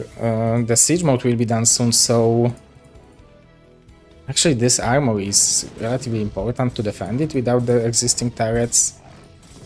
I guess you can try to siege mode the tank near the turrets.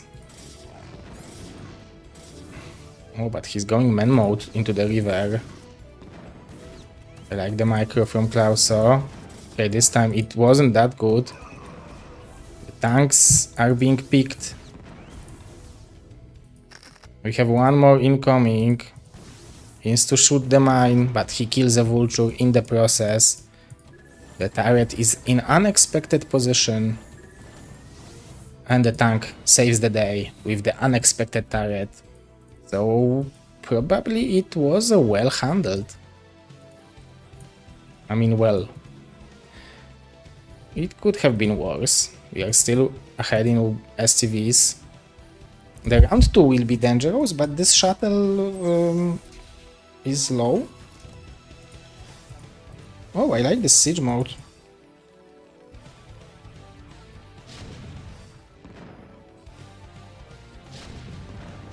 Phew, what a clutch repair.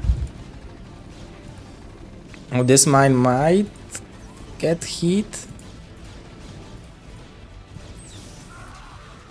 Oh, this mine is just out of the range. Oh, I think it was in range of the goon. This is such a precise push from Honeygun.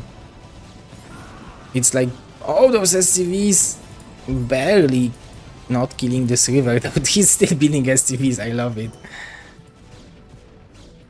I guess the Nexus is not there thanks to this 75 minerals investment. Okay, tanks, come to clear. We are ahead in workers as a Protoss. So what now? I'm blindly guessing. Carriers? Not yet.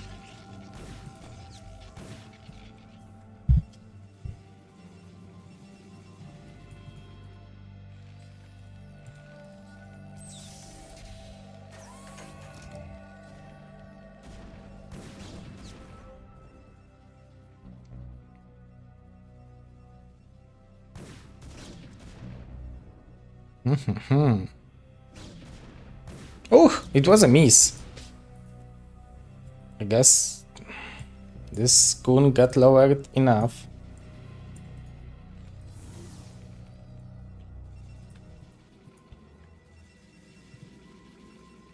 Oh, but this turret placement, kind of sneaky. There is still a gap over here. With the speed shuttle, we will be able to exploit that. But Klauso is holding strong, still mining. Third base from the Protoss was denied, he's still not mining gas. I would even say that this is a Terran advantage situation, as long as Protoss will not take any critical damage, but because he still has a window to do it. Because it's only like those 4 tanks with the good river control. Actually it will be only like 4 to 7 goons. You have speed for the observers on 1 gas. We don't see that too often.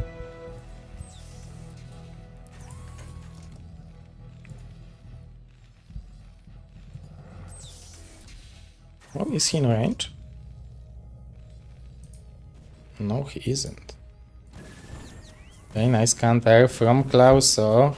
He's lacking a lot of gas. I don't know how many SCVs are mining, but we are getting in the process of those 2 rivers eliminating the tank line. And yeah, this is the damage I was talking about. And immediately, all the... Okay, I guess this vulture did the job. He needs to siege mode it. Those guns can fight. The SCVs are taking decent damage from those hits, and a lot of splash damage. I guess with 4 guns you can jump on top of the tanks as well. We need to repair, but we have not gained it.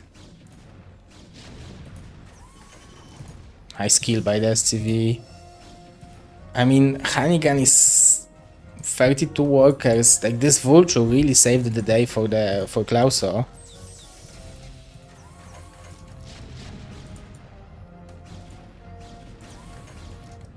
Oh, but those reinforcements are excellent.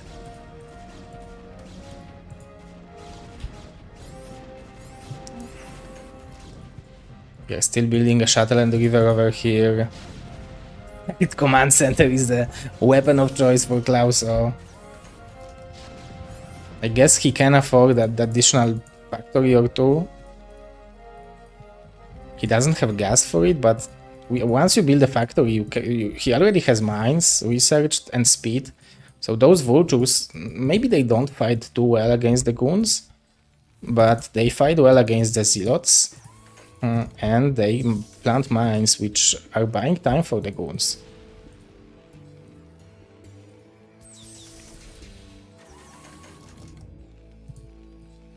This is not the best anti-river siege mode, but it's also not that many goons. This is so crazy.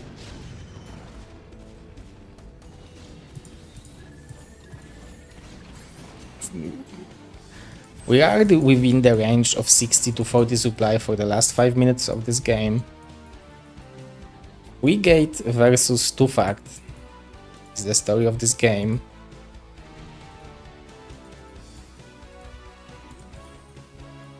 Three command centers before third factory.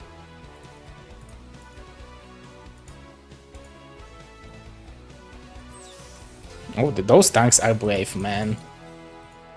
Please don't shoot those guns because this army will destroy those two tanks.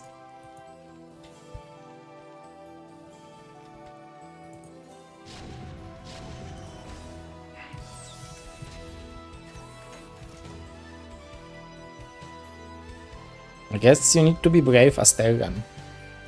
If you want to expand Asterian, you need to be brave. Otherwise, you can be without expansion.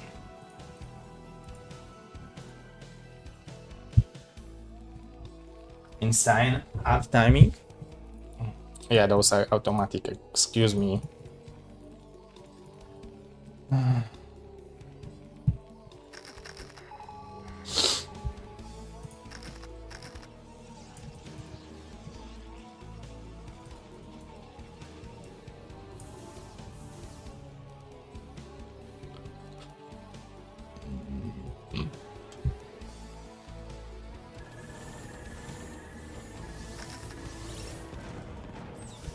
Okay, this mine was good, but now it opens up the third base to attack, but we are just starting Citadel of Adun.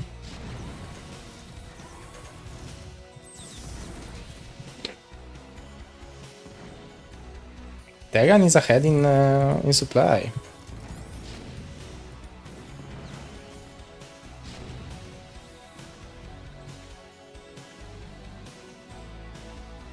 No? Excuse me. Almost ahead. We have free base versus free base. Klaus so badly needs this gas mining.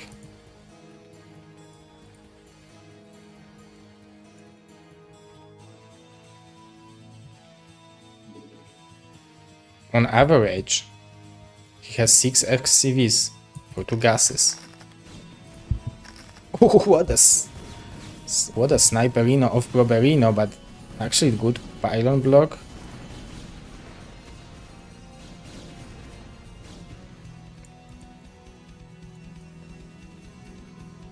This is a cute cannon placement. Oh, he needs to remember to cancel it, otherwise he will have to kill it.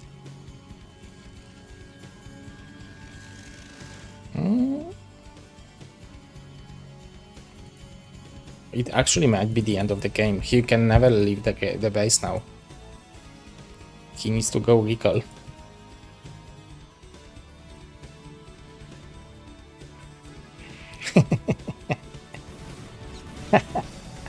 Yeah, Protoss killed himself. This is over. This game is donezo. He will never get out of the map. Proberino, Sniperino, nice attack. We have more stuff defending the main base.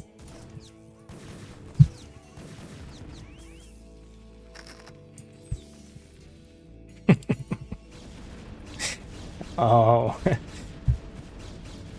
And such an unfortunate pylon.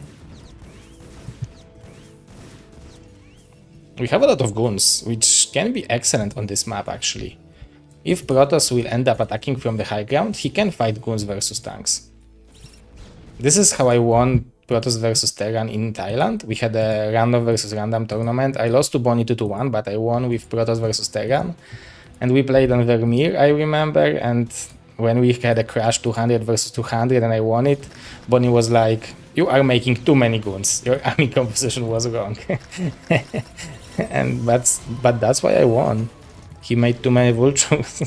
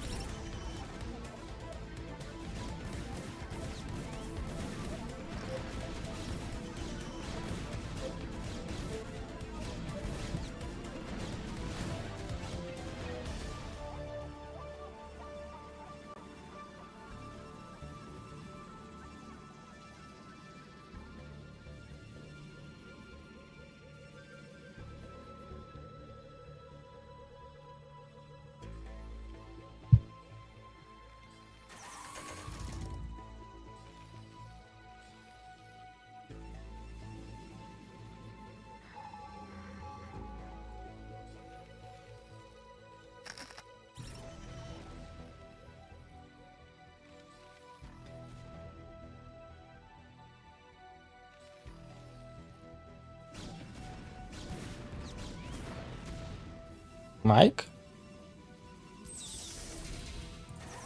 Have a great counter-attack.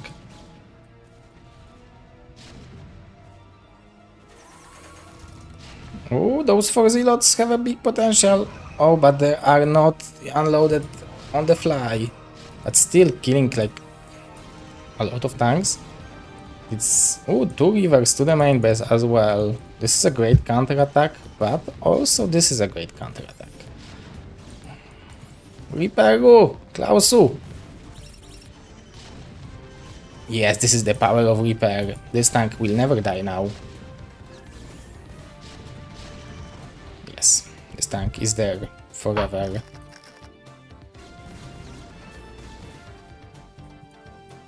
Nice tank split.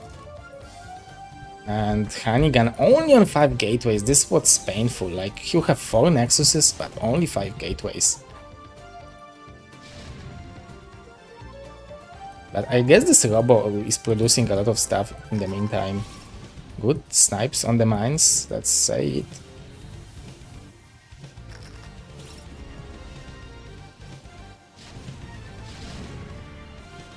Will this tank fall? Maybe with this... Nope.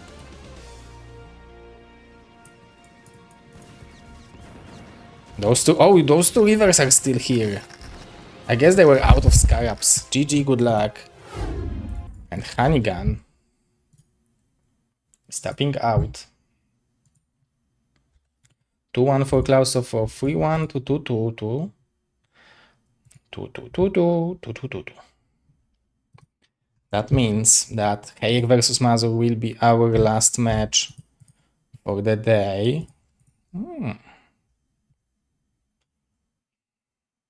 First map is Dominator. How did it end up happening?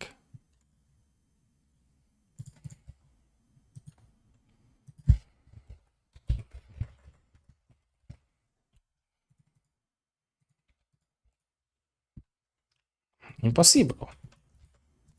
And they created top versus bottom.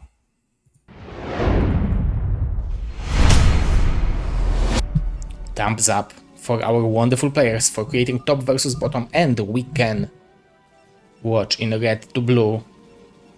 Mr. Hayek is probably saying, yeah, it was better to remake from melee to top versus bottom. Let's go. Mazur, top, and Hayek, bottom. Dominator. Let's see who will be the dominator of this map for this matchup. Mazur is a PvZ lover. One thing I still didn't convince him to do is scouts, but I'm working on it. Beside that, he's an excellent Protoss. And Hayek, excellent Zerg. Look at his speed. He has 300 APM for the Eternity. Very good mechanics. Very strong player. He was also playing versus my scouts, but he don't want to tell it to Mazur that it's OP, because he don't want to face it each game.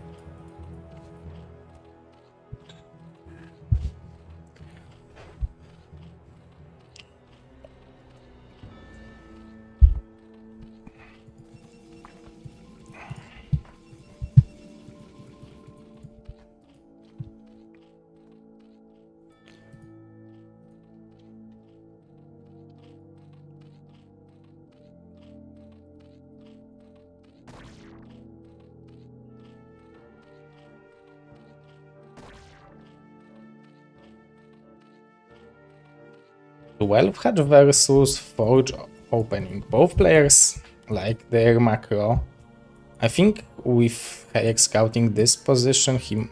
Okay, so he will scout with the drone, and now he will decide. I really like this prop, pretending that it's cannon rushing, forcing Hayek to pull at least one to see if he's not being cannon rushed. Nice micro with the drone.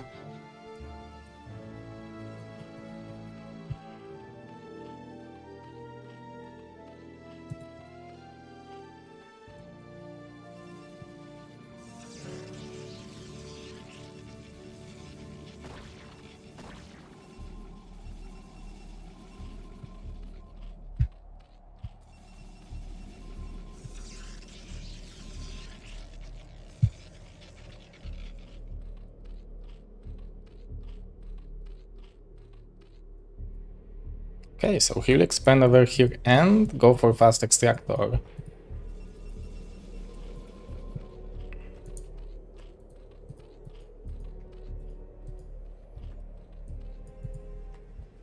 Mazur going for the gas before the cannon. He sees no links, so cybernetic core before the cannon. We are actually only on one pylon. Oh, he's waiting for the Nexus to finish. This is quite a big transfer, but I guess he can click C now. Oh, what? Yeah. And he will have the jump in money.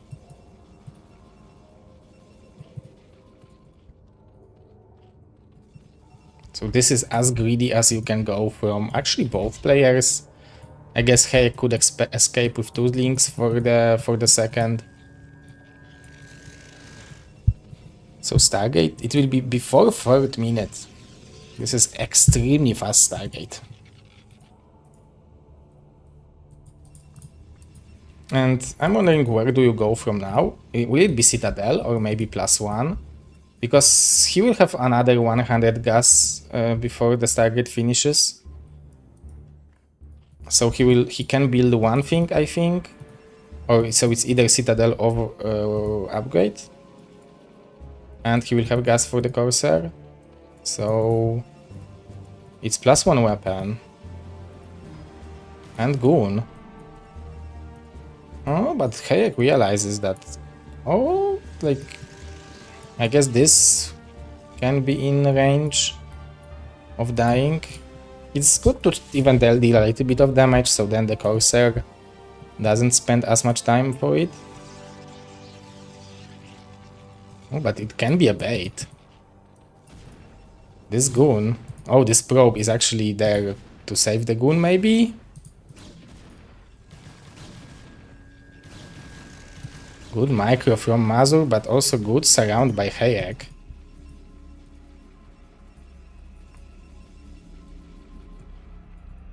As you can see, Corsair is there, and the Spire is just halfway done.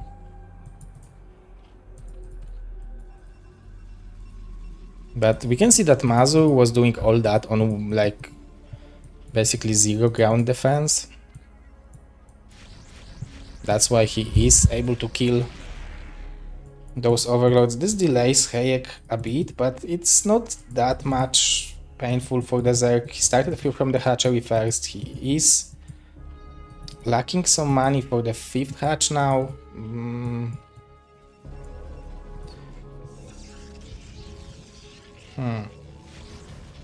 Mother Overlord will be sniped.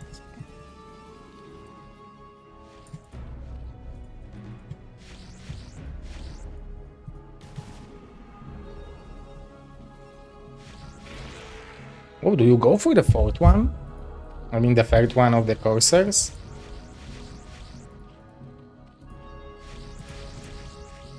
I mean the Scourges are there, you can ignore them and kill another Overlord. Oh, Mazo is doing some tricks. It can cost him 2 Corsairs, but it can win him an Overlord. Good micro.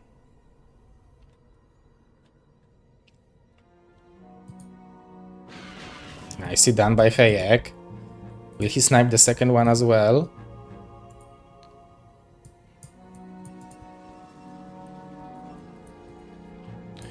But it seems like he wants to go for the Hydras behind it. Overlord speed is on the way.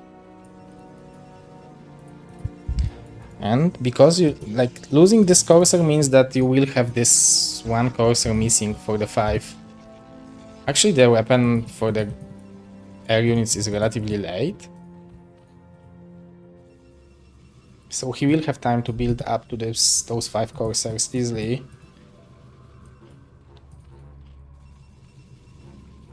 We have Templar and Storm maybe? But this is very good strategy choice from Hayek, I think.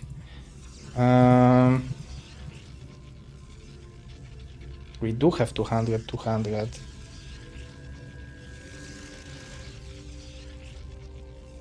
Mazu doesn't have too much stuff to defend it now. I'm still waiting for the storm to start. Okay, he will see the speed for the overlords and the Hydras, so he knows that he needs to either build storms or more mass cannons. I guess he can cancel this cannon and build it here. On the other hand, I don't know. But let's see. Oh, it seems like it was minimum amount of Hydras just to drone up a little bit more.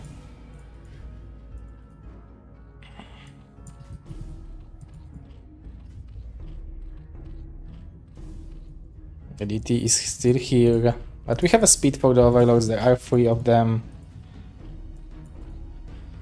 Only 4 Corsairs. But many cannons was forced. Mazu is afraid of dying while Hayek... Actually, he is pulling the trigger, he is building more Hydras, so this might be a good choice. Mazu still building workers, going up to this healthy number, 46. That means that we have 20-ish per mineral field. Probably you need to spread it in the proportions 9-7 to the main base, but still. This is a very healthy economy.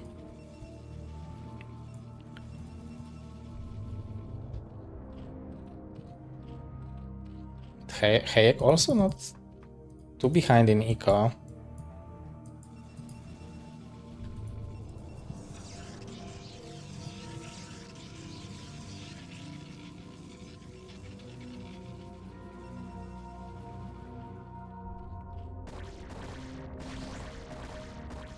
I would say that we are entering the mid game with the advantage for Zerg.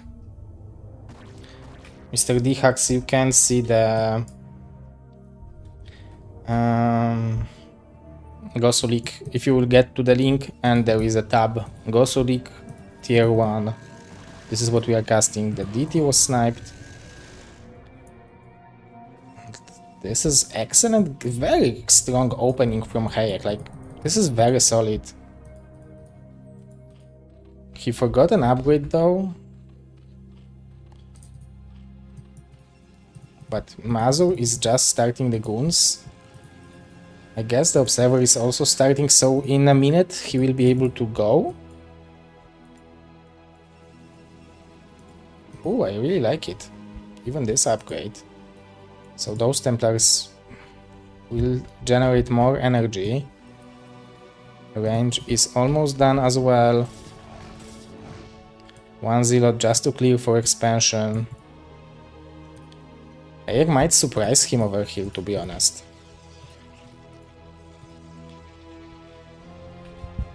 I like it a lot. We have no observer. Those are good emergency storms, but on the other hand, it's a lot of forced storms for just a couple Hydras. And he lurkers them. Look at that. Cute play. Another cute play by Hayek.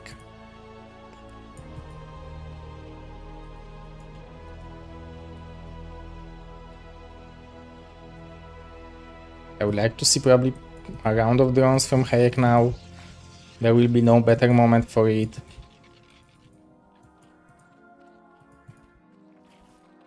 If he don't wants to attack. Oh, but he wants to attack. Okay, so drones are not needed. 45 is a decent number. Mazur actually has nothing in the main base. And this drop, it can be deadly. We have the Hydras to delay this push, to snipe the Overlord. Even those goons will have a problem with dealing with those units.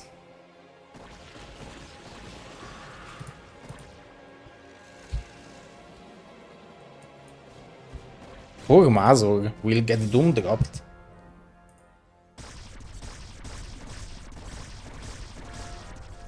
Yeah, we casted this round match of Quark already. It was versus Gosu Fair 2-0. 2 great 7 minutes PvP.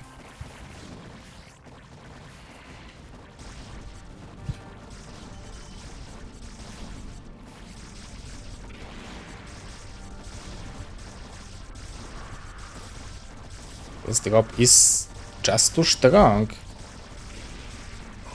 He doesn't even need to burrow. Look at those overlords buying the time for all the buildings to fall. And in the meantime, we have a huge counterattack. Hayek, he can't stop. I guess he has the units to deal with all of it. This is how Hayek should play more often. This is what suits him. Because he can spend his good mechanics on doing all those stuff at once. And Mazur now without the main base, only with 4 gateways left. Oh, looks like those units. Oh, but the observer came back here. G. Oh, G, said Mazur. And left.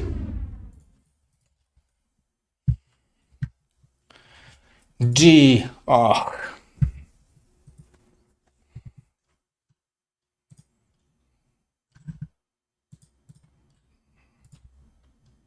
Okay, another match on Polestar.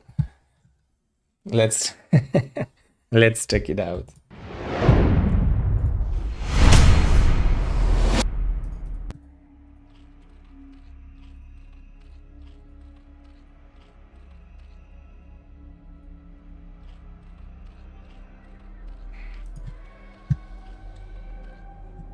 Where are the scores?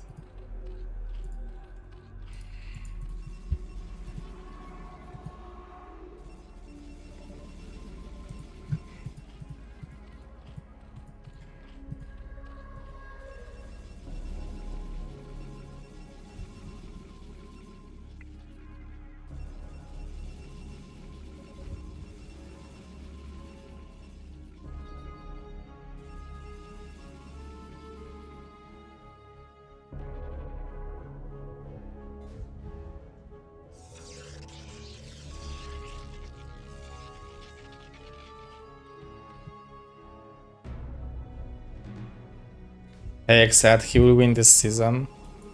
Yeah, he also PM'd me about the issue that you are trying to help him with, Mr. LML.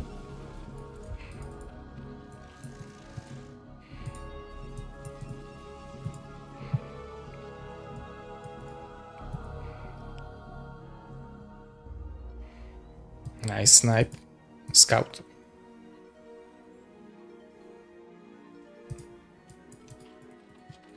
Okay, I need to open the window. My computers are heating up.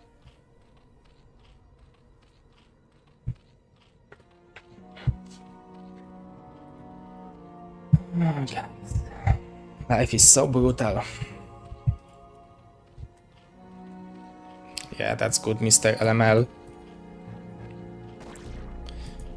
It's better to ban a player than have a walkover. Let's have this policy. If there is someone who wants to give walkover, ban them immediately. We don't accept walkovers in BSL.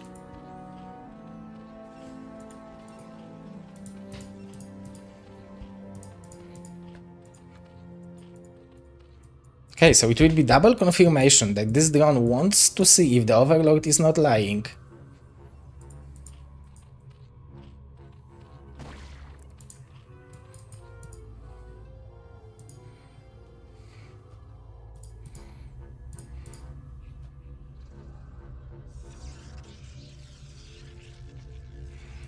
Mr. Kant, where are you from?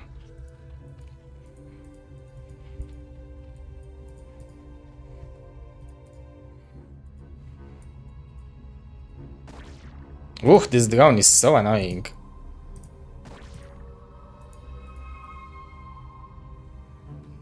Minsk. Oh, it used to be my one of the favorite characters of Baldur's Gate.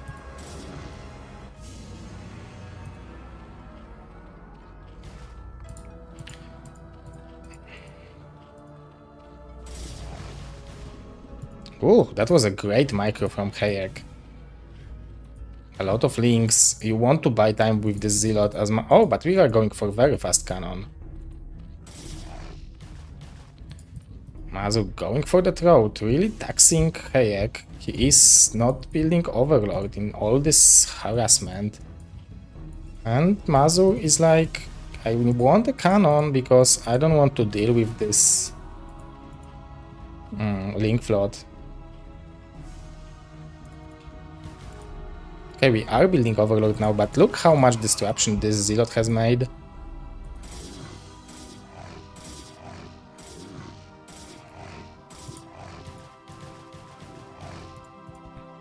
Yeah, it's not the best weather in Poland. We have, when I'm going for a walk with my, like, when my daughter is in kindergarten, I'm going for a walk during the day with my son, and nowadays I have shoes which are dedicated just for walks, and I leave them outside of my like home because everything is in mold. I feel like a Peppa Pig. Still better than -13? Probably, yeah. But I would want some snow. I prefer snow than mud, so I don't like this kind of weather. I prefer when it's like -5 and white and everything is frozen, then this terrible mud.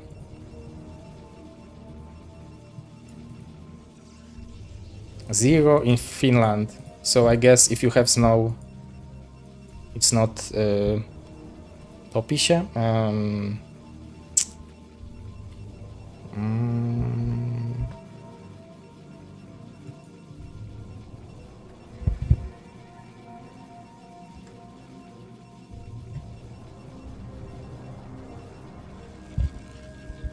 Melt. It's not melting. Yeah, it doesn't melt. Okay. +5 in Bavaria, Germany. Oh, so it's Europe and Rossi, Dr. Rossi are both from Germany, and so different weather. But I guess Bavaria is at the bottom of Germany, and maybe Europe lives in like Berlin or stuff like that. Like Bavaria is also the Texas of Germany, right? This is the more like the richest place, right?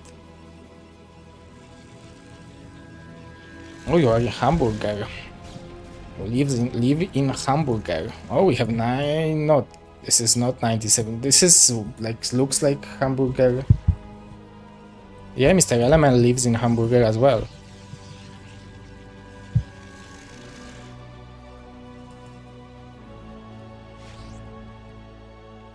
This was a Nyoken nickname, I guess. Fat Hamburger.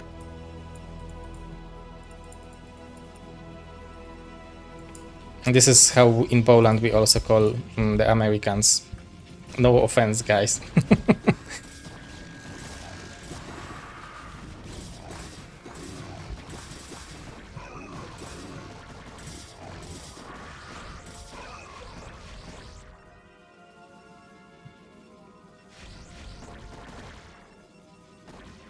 So is this a push or not? Like I still don't know. It seemed like he drawn it up hard, but now he's pushing hard. But if those overlords will die, and it seems like they will, 1DT will be able to stop them all.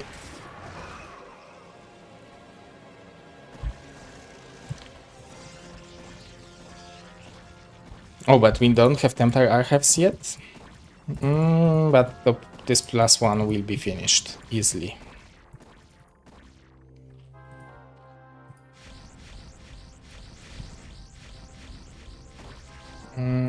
We don't have layer. We have 800 minerals from Hayek. Like, he really did apply a lot of pressure. He delayed Mazur a lot, but those Corsairs are doing a great job of like delaying the transition of Hayek.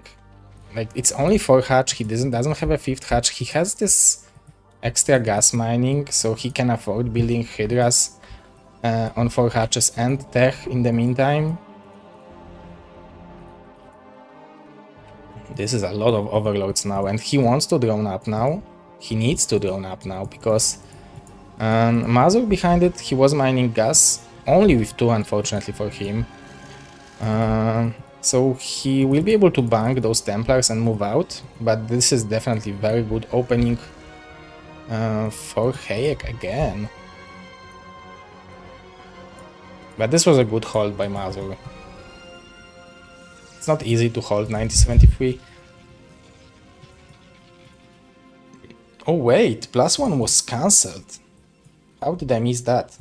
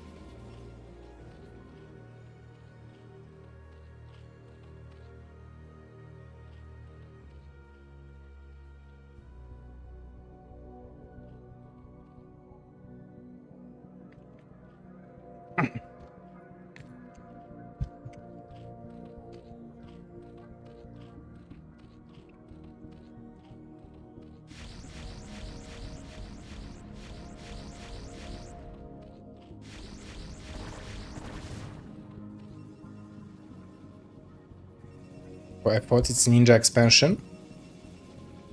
I guess he wanted to scout for the potential Overlord or Link.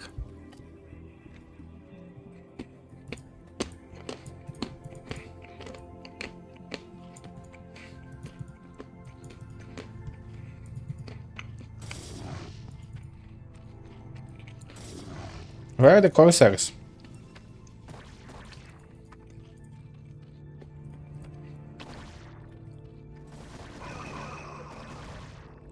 This is good for Mazur to use it as a distraction. Hayek still didn't drone up.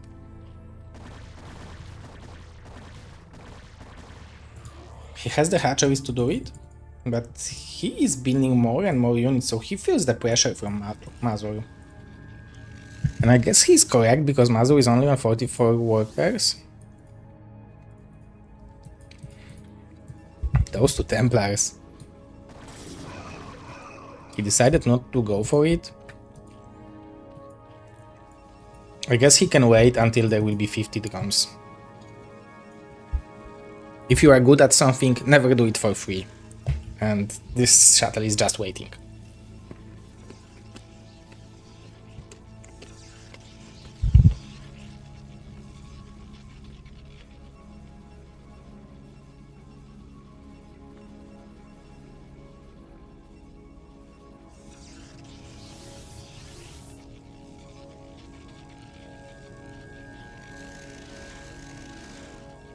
Yeah, 44, 46. It's kind of perfect, yeah. So you need to stop, at some point you need to stop the worker production. And Hayek is droning up now. He really has a decent army. And that causes Mazur not having the third base for a long time.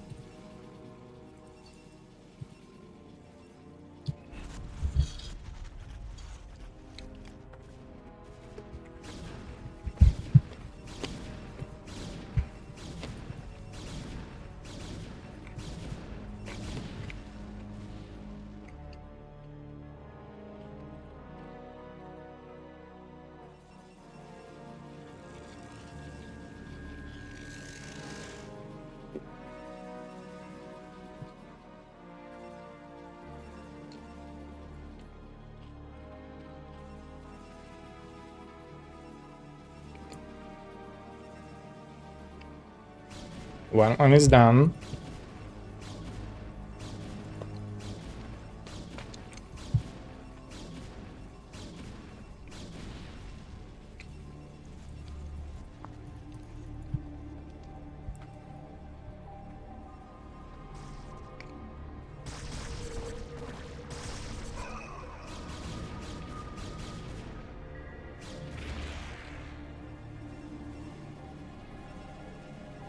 Is this expansion or it's maybe fake expansion? They're like Hayek. Hayek is fake expanding on top right.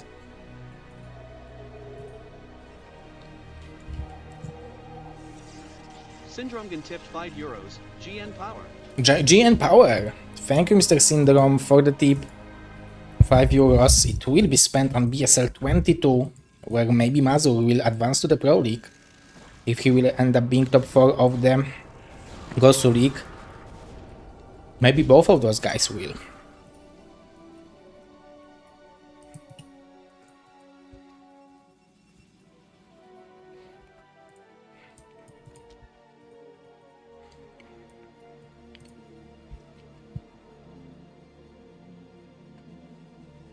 We have a big army waiting.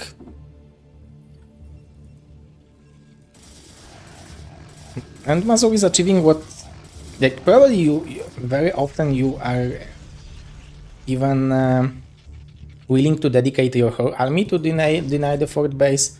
So we are very happy if 4 of them, if some of the zealots are doing it.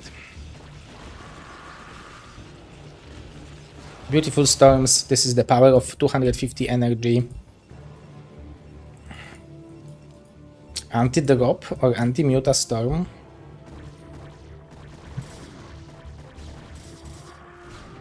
Some of the Hydras will get destroyed by the Maelstrom.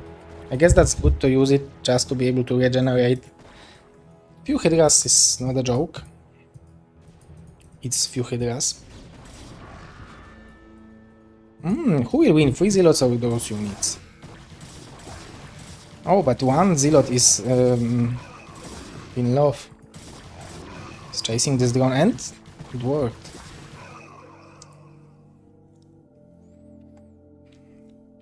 Mr. LRM game. Welcome, sir. Yeah, this is BSL. We are spoiling our viewers with the great content. We are trying to break out, but there is no observer in position. This is a decent storm, but those lookers... Oh! Almost losing the Templar, but huge counterattack from Hayek. We will have 1 storm available almost, but this is so many goons. We have Hive, we do. 2-1 are the upgrades.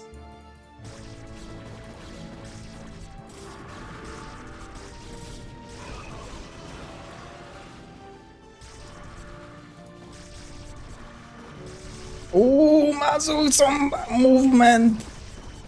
Unnecessary movement. Okay, Dark Archons will save the day. But it cost the life of Dark Archon. And probably now Mazur will be forced to do what he loves to do. which is take one more base and turtle up.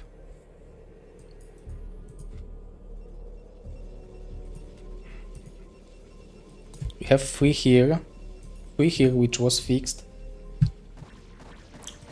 Only 1 storm available with this army. Great one.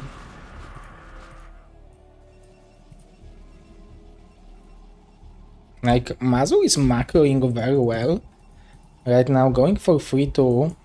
Those zealots are doing excellent job denying the 4th base, and Hayek didn't bother taking those one. He's still on 3 bases, so it will be not too easy for him to rebuild this powerful army if Mazu will break it. We can see this is a lot of Zerg, but he's still on high ground.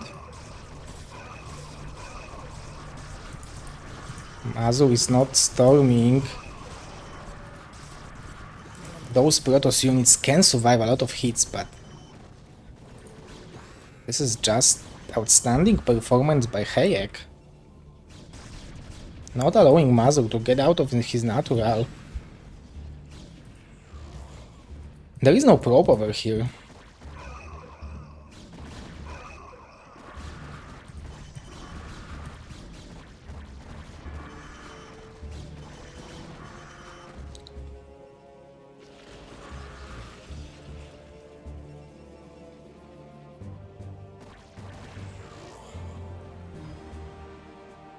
Okay, finally Hayek takes this base.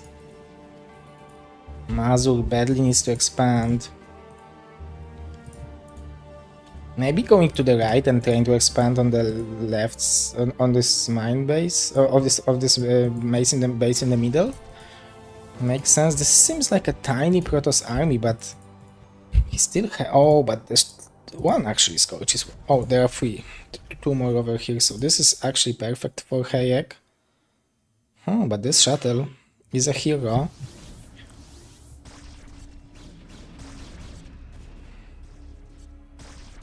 Oh, those 3 zealots, maybe they will deny this base.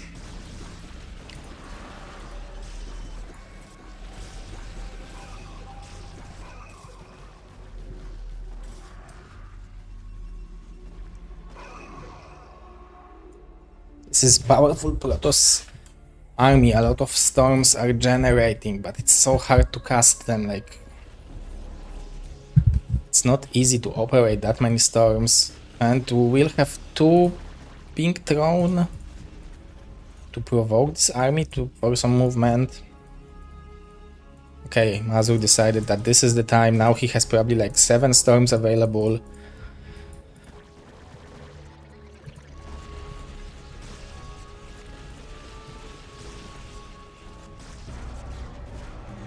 But more lurkers incoming. Hayek finally saturating his 4th base. Like, his main and natural are almost mined out. Mazur only on 1 base. Hayek on now actually 4 bases mining. 5th one on the way. Those are good storms.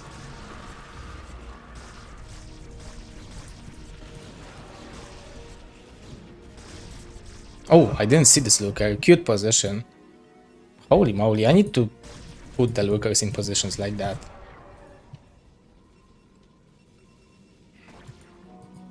Oh, there is no Arbiter, Mr. Syndrome, but there is a lot of Protoss, and this is what you want to do against this kind of an army.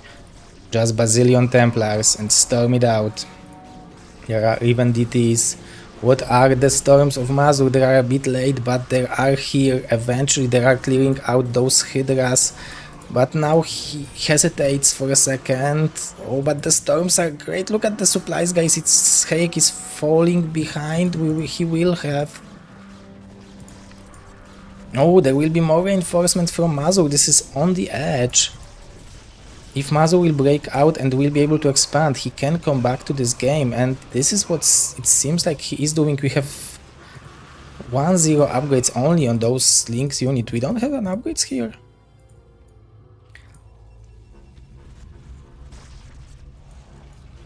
Somehow Hayek not able to keep Protoss in 3 bases. This is how strong good Protoss can be. 3-2 upgrades, 15 kill Archon. One lurker. I actually like it. Hayek is mining from this base as well. Only on 44 drones though.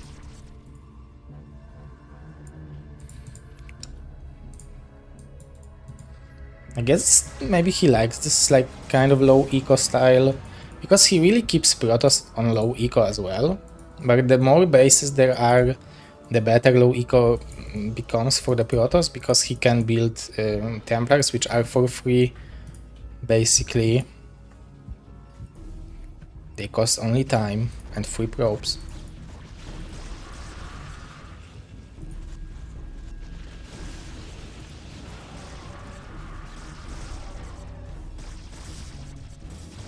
And this is what I love about those trades. Like, you trade the energy of the Templars for the units. He still has some of the storms available. Good snipes from Hayek now, but the army of Protoss is getting bigger and stronger. And he's expanding at the same time. I think this game might take another 25 minutes. I will eat some peanuts.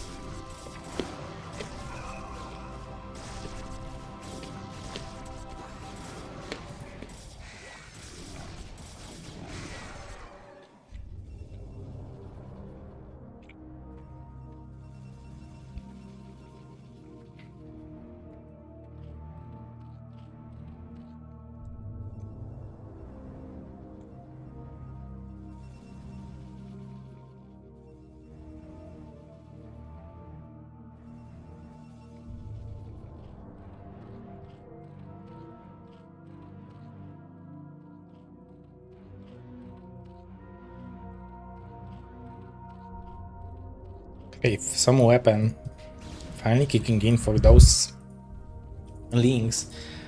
This is not as scary army as a Protoss as you used to see in 24th minute. But also Zerg doesn't have the crazy amount of lurkers.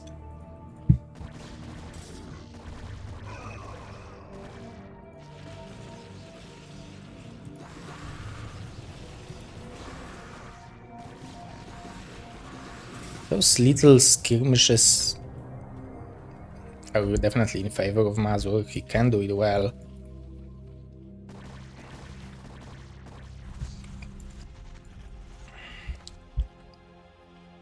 I think the moment where Hayek had this expansion, he should try to secure 6 o'clock.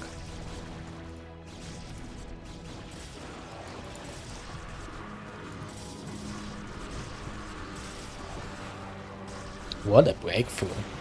What a storm on the chest of Hayek, where he holds majority of his Hydras.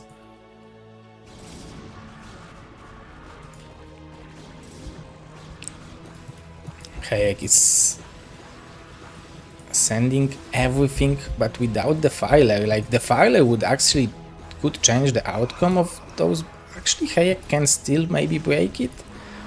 Oh, the Mazur found some more storms. Oh, there will be even more.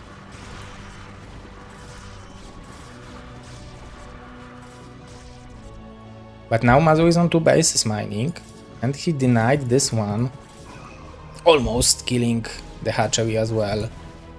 Oh, this is such a close trade. Hayek still pushing it back.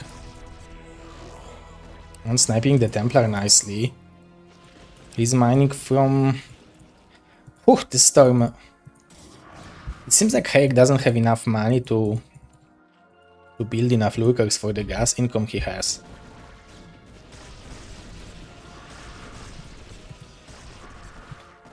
Even one Hydra was awake by the storm.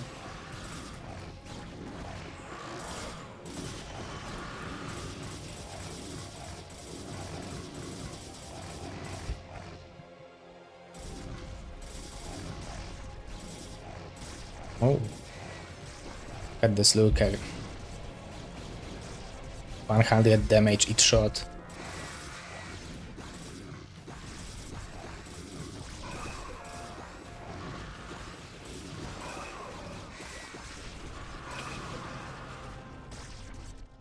Yeah, Hayek is out of steam.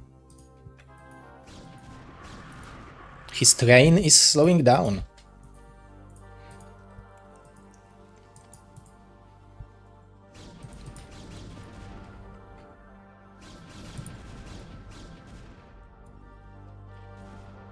Okay.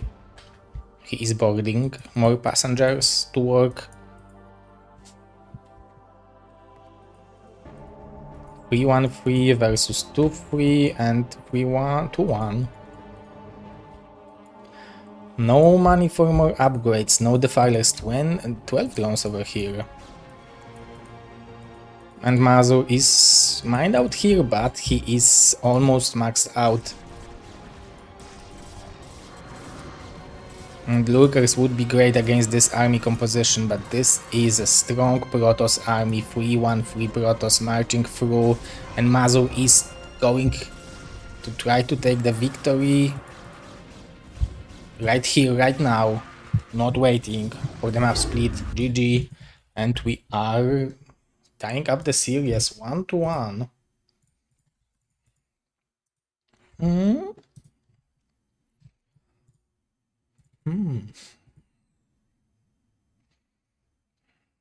Mazur never disappoints me. Like the game length, this is what I'm always checking. He never disappoints, man. Oh, but this time it's not top versus bottom. Oh, okay, so Heye got mad that he lost and he created the game and he created melee. This is what happened. Inspector David. Detective David.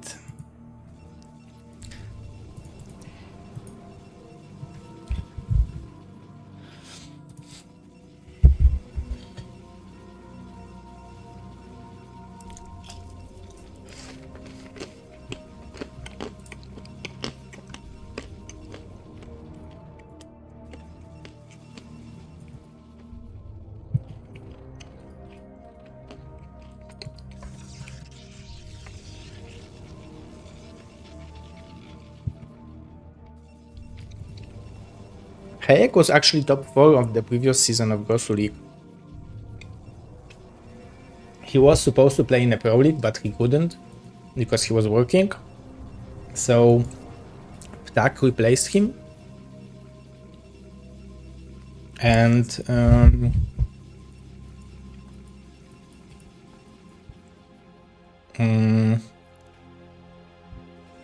I offered him to play in the GosuLeague instead. And he was happy to do it. Yeah, Izu and Quark. Hermon. Have so many good players over here. Even Deska with 1-3. Fathertos, who was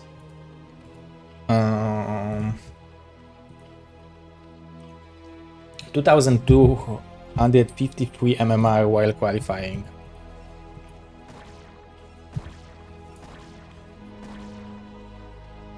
Mr. Game, I said Quark.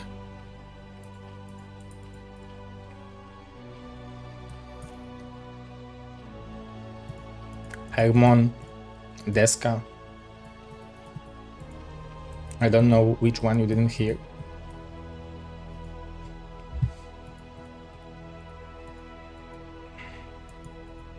Ooh, so he cancelled the Forge. Last second, I like it from Mazur. Very interesting scouting pattern as well. Very smart one.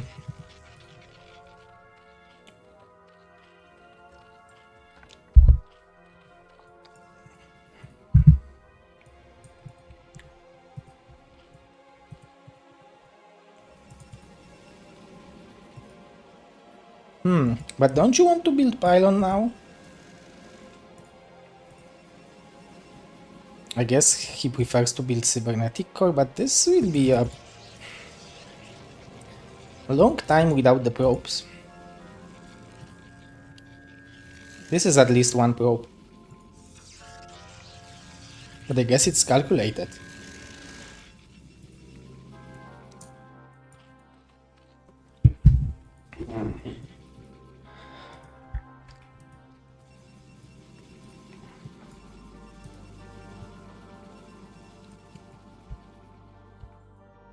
You can see that Hayek actually has really good beginnings. Both of those games The one he won, the one he lost. In both of them, he had excellent openings and very good enter to the mid game. Let's see how it will turn out this time.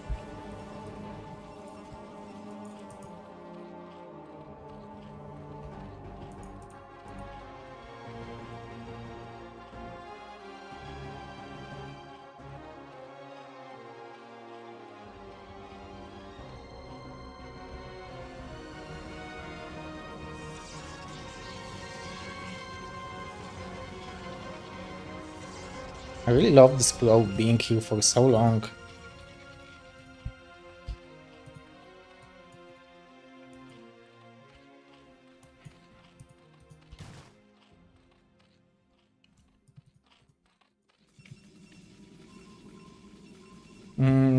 So Mazur has 200 minerals, 200 gas. I'm wondering if he wants to build those upgrades or maybe go for faster Templar archives. I don't know how it lines up, but he will be able to re-scout the Spire timing despite the speed.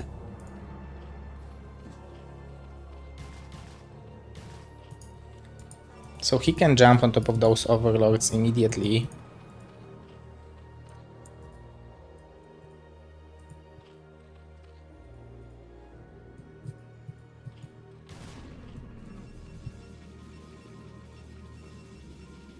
Still no upgrades from Mazur.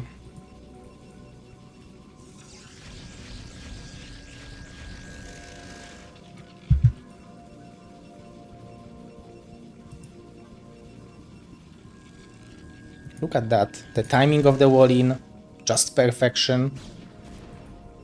2 cannons, Artosis pylon.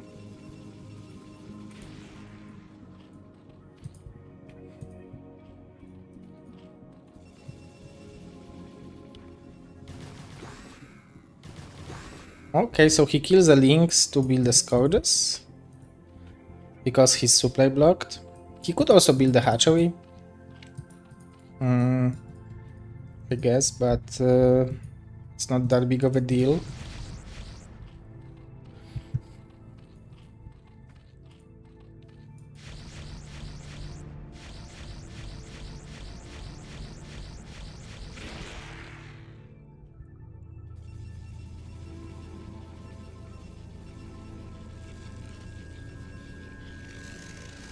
Okay, so Mazur still prefers to scout with the Scourges.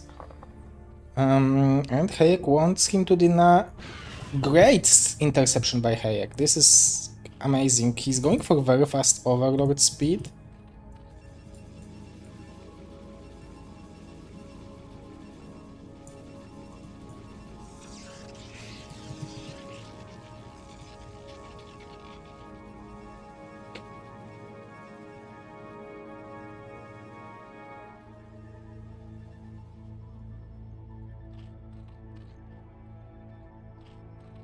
Okay, tiny move out, still no speed, and it's not on the way.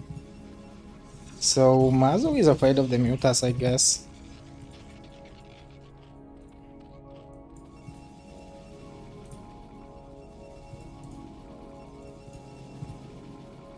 Even +1 on the way. This is fast Templar build.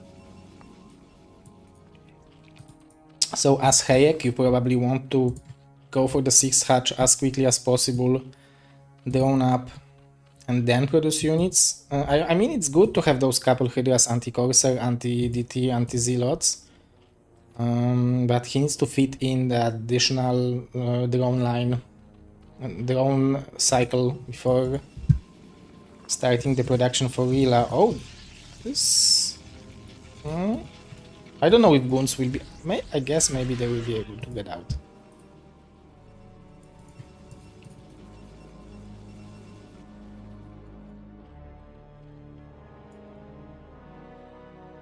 Okay, who will be faster, Corsairs or Scourges?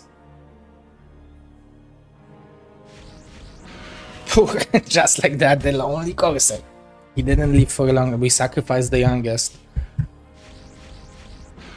Oh, and now the oldest one died. This is great for Hayek. And he's going for the drop. Yeah, it worked the first game. I like the 6 hatch position over here. Like, it's not too much space. Like, I guess he could feed it here or here, but it's very vulnerable to the gun range.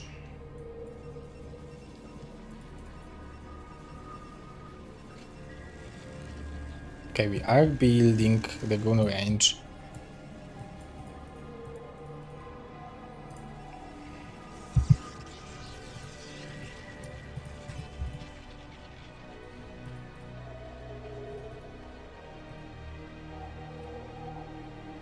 Just hear them jingling, jingling. Did you hear the Indian versions of the Christmas songs? This is my discovery of this year. There is this guy from India who is like singing Mariah Carey. It's better than original.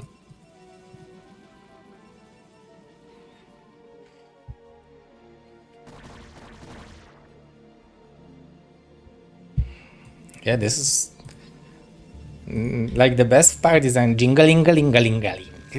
Just hear the jingling. This, the accent is so funny. I love it.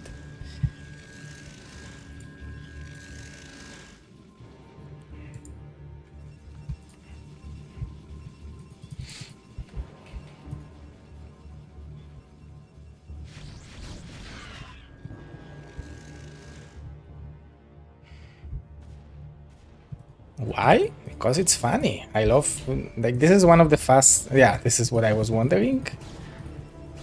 This is one of the funniest accents there is. Okay, I guess Hayek is getting ready for this massive drop to the main base. What you can also do is the drops to the mineral lines, but Mazur already has 2 cannons each.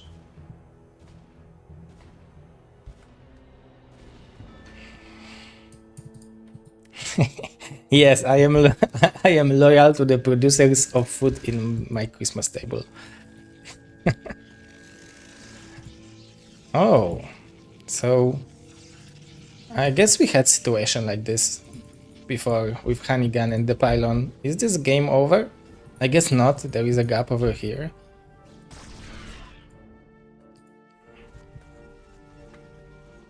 Mazur wants to move out, but he's like, it seems like I don't have enough goons. Something is not right.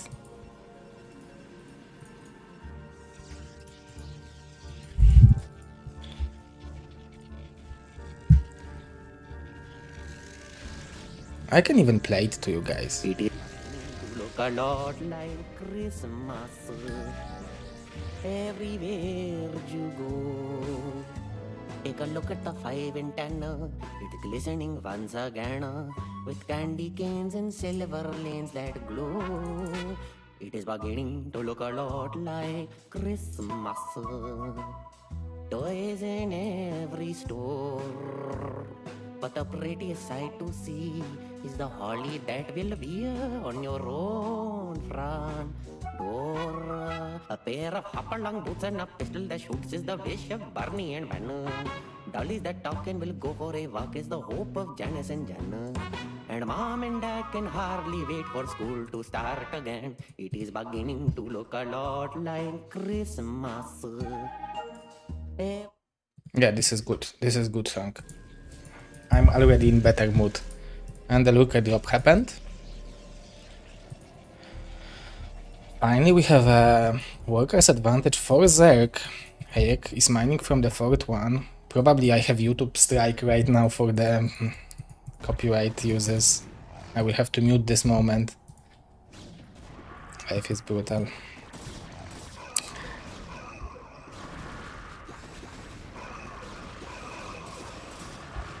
This is a nice micro from Hayek, but Mazur is doing what he wants to do, which is just secure the 4th one. This lurker was a little bit too quick.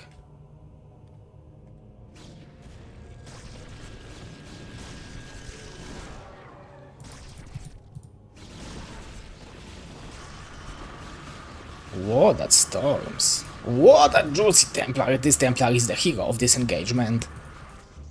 One shot. And a dream. Hayek, okay, Hayek still has a staff. Like, the army of Mazur is not that big. Like, if Hayek would unleash everything he has... Oh, but I guess it's much more stuff over here. Where is the second? Oh, we have the anti-drop cannons, and that's probably one of the reasons why Mazur is not moving out. Because like he could mine minerals with this probe and then put the probe to the gas.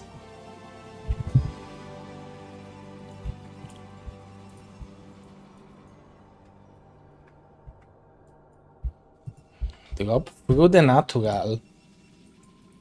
And some lurker. Is it a lurker? No, there are no lurkers.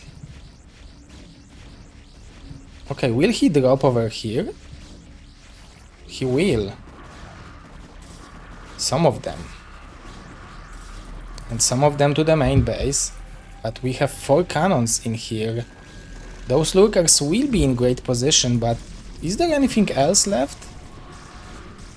Okay, there are a few Hydras, but the cannons are actually strong enough probably to hold this part of this engagement, and Mazur is more than ready.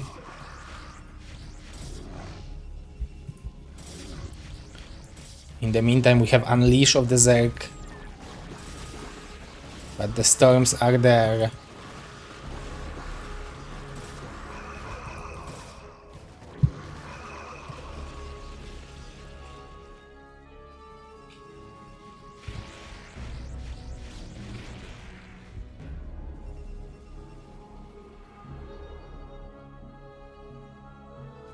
One. Probably thinking about next Evo. No, Queen's Nest. DT will be denied, but Mazur is doing good job to control the Zerg expansions. It's finally the engagement on the lurker field. But this is such an open field. But I guess the macro of Hayek is just good enough to push it back. We don't have more storms available. 2-1 upgrades against only 1-1 from Mazur. Mazur lagged behind with the upgrades a little bit. He has a second forge over here. Only 6 workers in the main base, but he's mining from 4. Only 41 workers in total.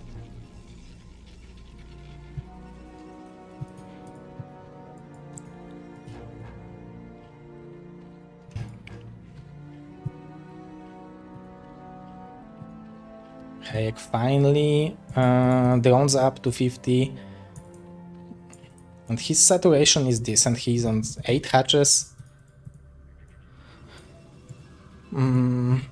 What's good for Mazur from this situation is that he can play for a longer time on this amount of workers, so he will be mined out around the same time as Zerg probably. Guess not in natural, but yeah, the third base is having 6 workers. Here we have 10.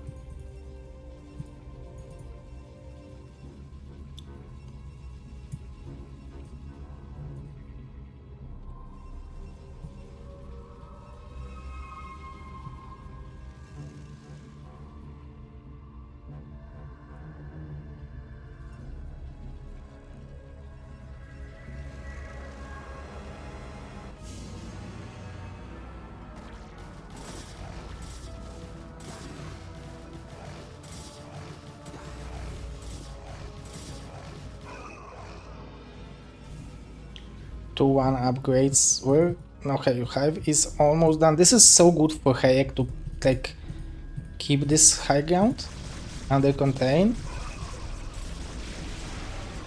One more storm is available on this Templar. One more on this one. Hayek is juggling with those Hydras nicely and keeping the high ground for himself. There are not too many lurkers here. Oh, but if those 6 or this 5 will finish, this will be great for Mazur.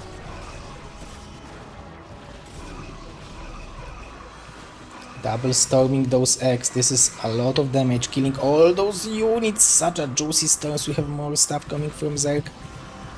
But some fresh Templar got bring to the party, and we will have one more storm, which is badly needed for Mazur. Oh, he just needs to cast it. Oh no. There was a big potential for this storm.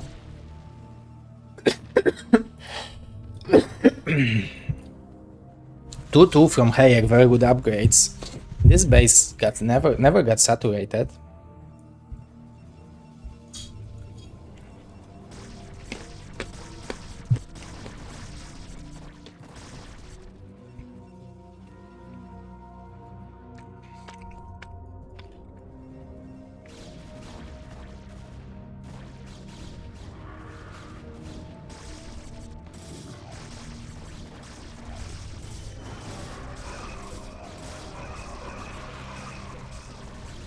Oh, I love the snipe on the observer.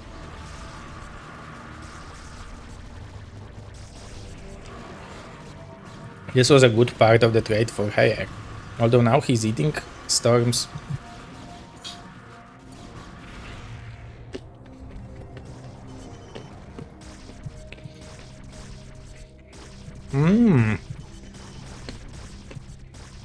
Speed for the observer is probably starting now. Yes.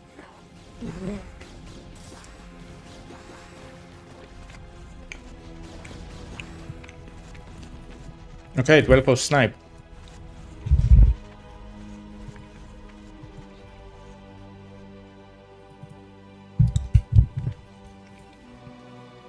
Mazur on 46 workers to 52. I mean, with... Okay, the file amount finally coming.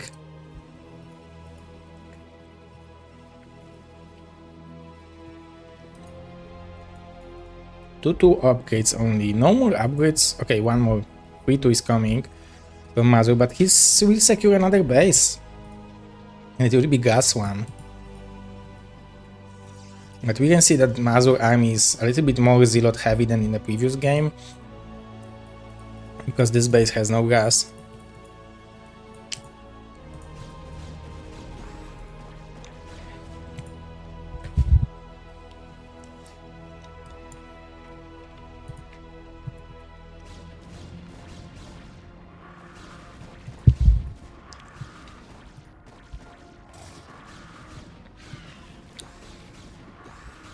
Yeah, and killing this base is... like, this is the base which... If Hayek will secure it, it will mean that he has this half of the map.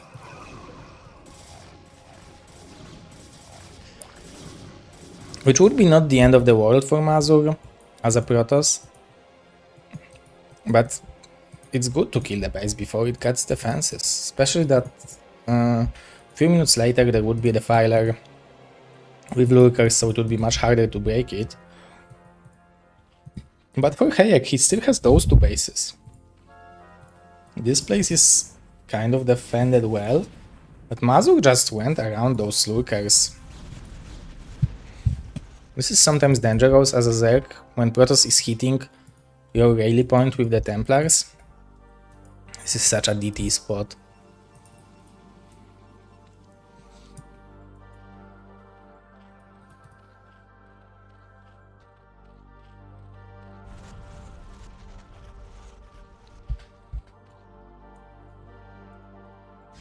And nicely done by Mazur.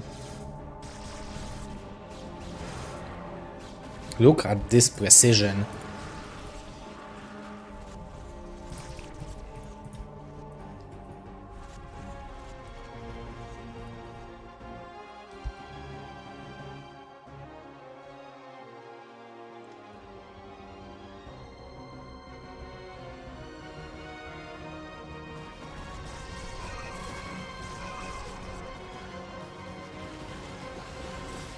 One versus 3-2, so those things don't deal too much damage to the HP.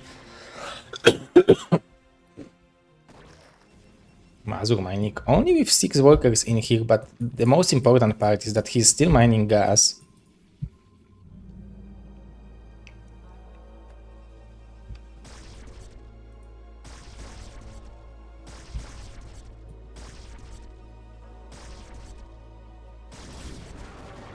full overkill on this lurker, and this Protoss army seems scary. It would be very good to have a Defiler to deal with it, because there are so many well upgraded goons, or at least some Sunkens. Like Hayek doesn't have defense, no Nidus, nothing, only a couple lurkers, so he will be forced to engage it.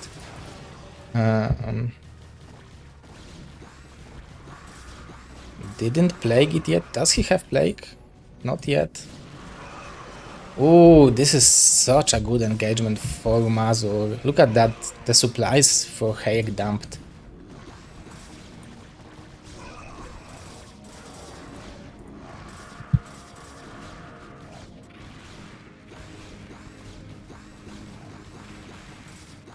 We have so many Templars available to get the crazy value.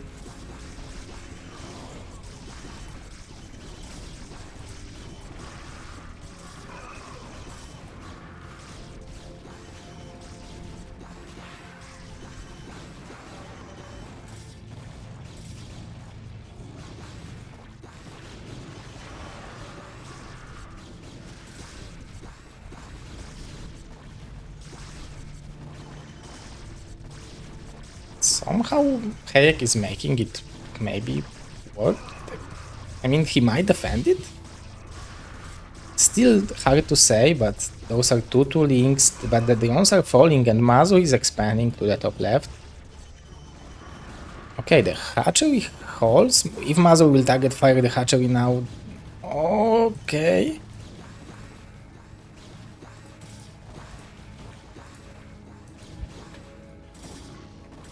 It will be the most miracle hold. Like now those two icons might kill everything or nothing.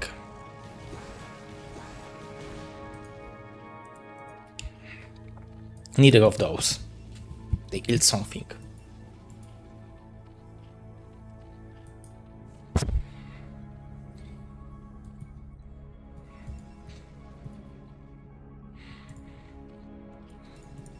We have three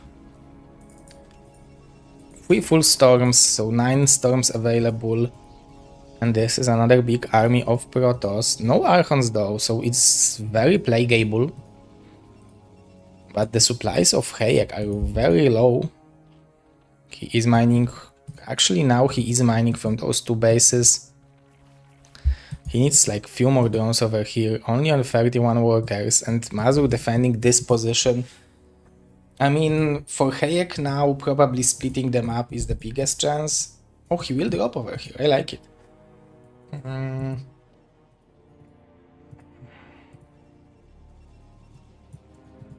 He just needs to play value game from now. A lot of plagues, a lot of swarms, a lot of lurkers. Sniping this Nexus is a great play. If you, yeah, I guess he immediately cancels.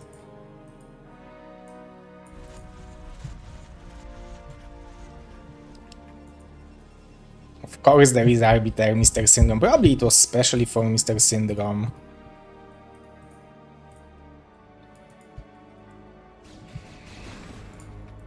Dedicated Arbiter play.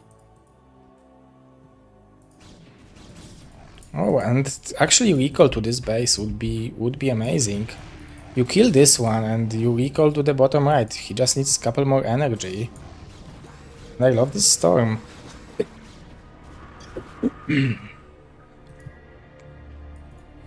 This base...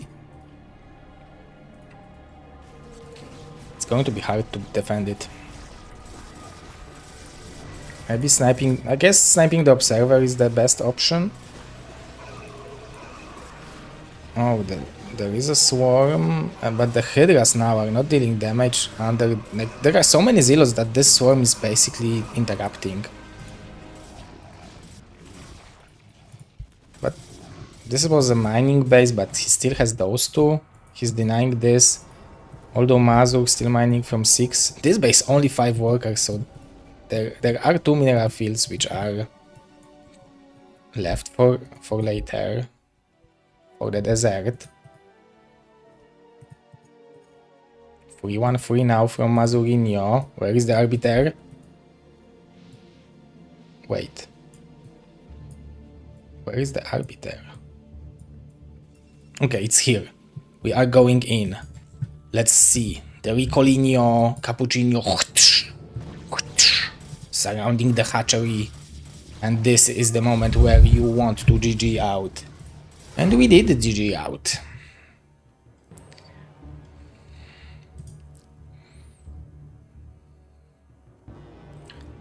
And Mazur probably feels like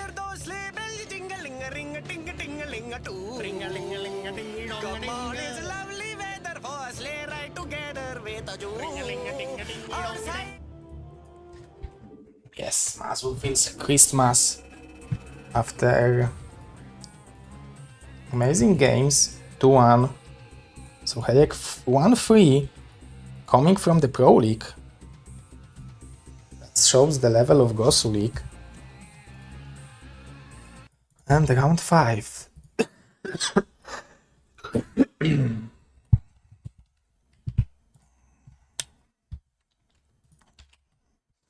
Let me just check it out and get it for you guys.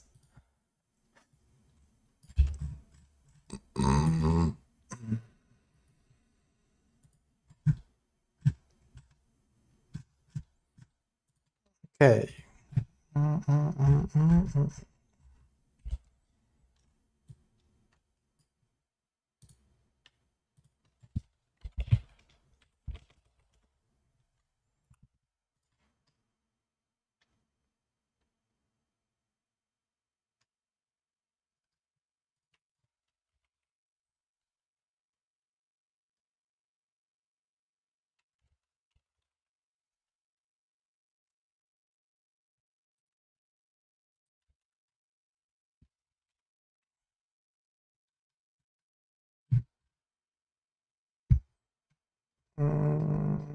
Okay, let's hope ChatGPT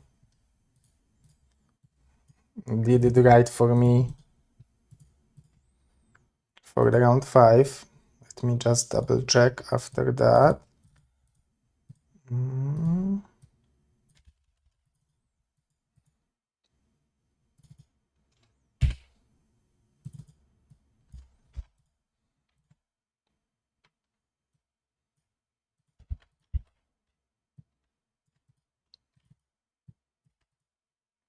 Okay. And from A to Z and Z and A, so Klauso will play against Alm. 3-1 versus 3-1. Izu versus Quark. Mazur versus Gosufer.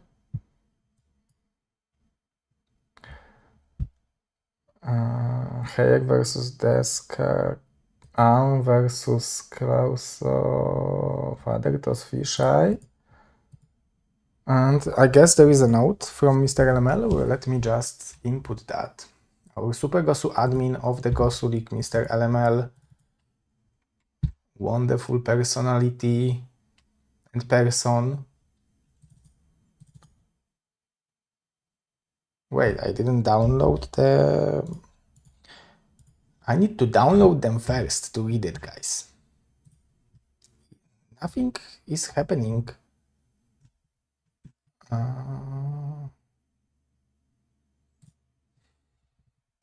Automatically. And Mariusz has uploaded me the replay videos.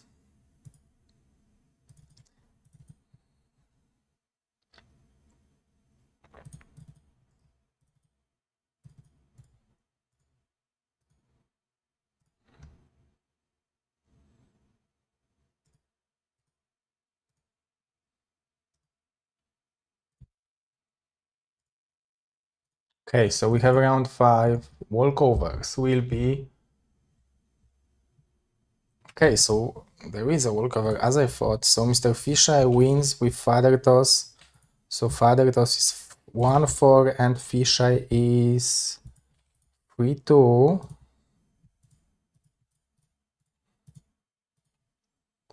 So that means that Father Toss is eliminated.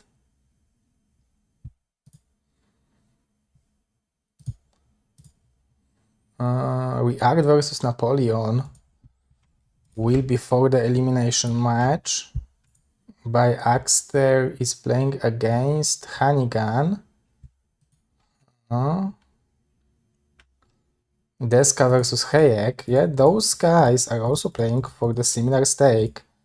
So those 6 guys are in danger of being eliminated. 3 of them, I guess from 5, 3 of them will be eliminated.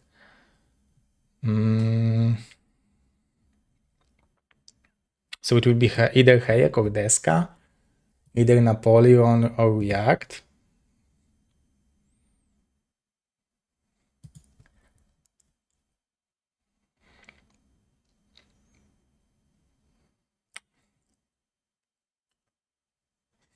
There is a chance that by Axter will have 2-3 as well. And then...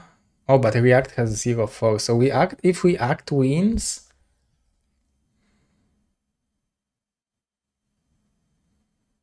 It's probably not enough for him, right? We will have 1-4, 1-4, 1-4...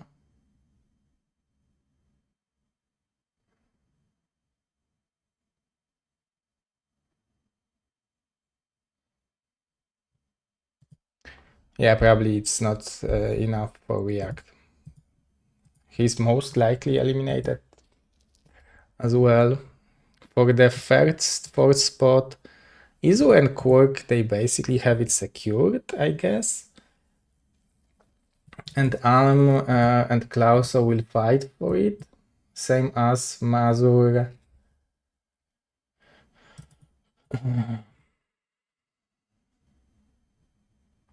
Maybe Gosufer, Hannigan, Tempo, and Hermon. Where is Hermon is playing against Tempo?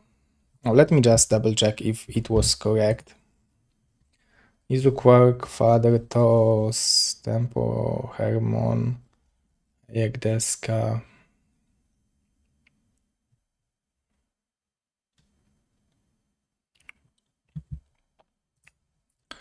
Okay, so we will cast it on Thursday. Let me see how are the replays unfolding.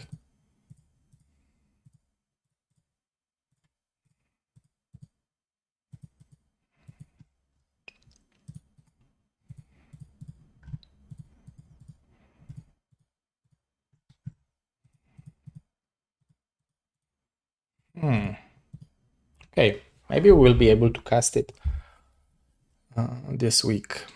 I would want to cast it this week, so we would have the bracket stage of GosuLeague for the bracket stage of Pro League ready. But this will be it for today, guys. Thank you very much. Oh, we have 50 new viewers on YouTube. Thank you very much, guys, for watching on YouTube. Oh, I guess people still like some BSL on YouTube.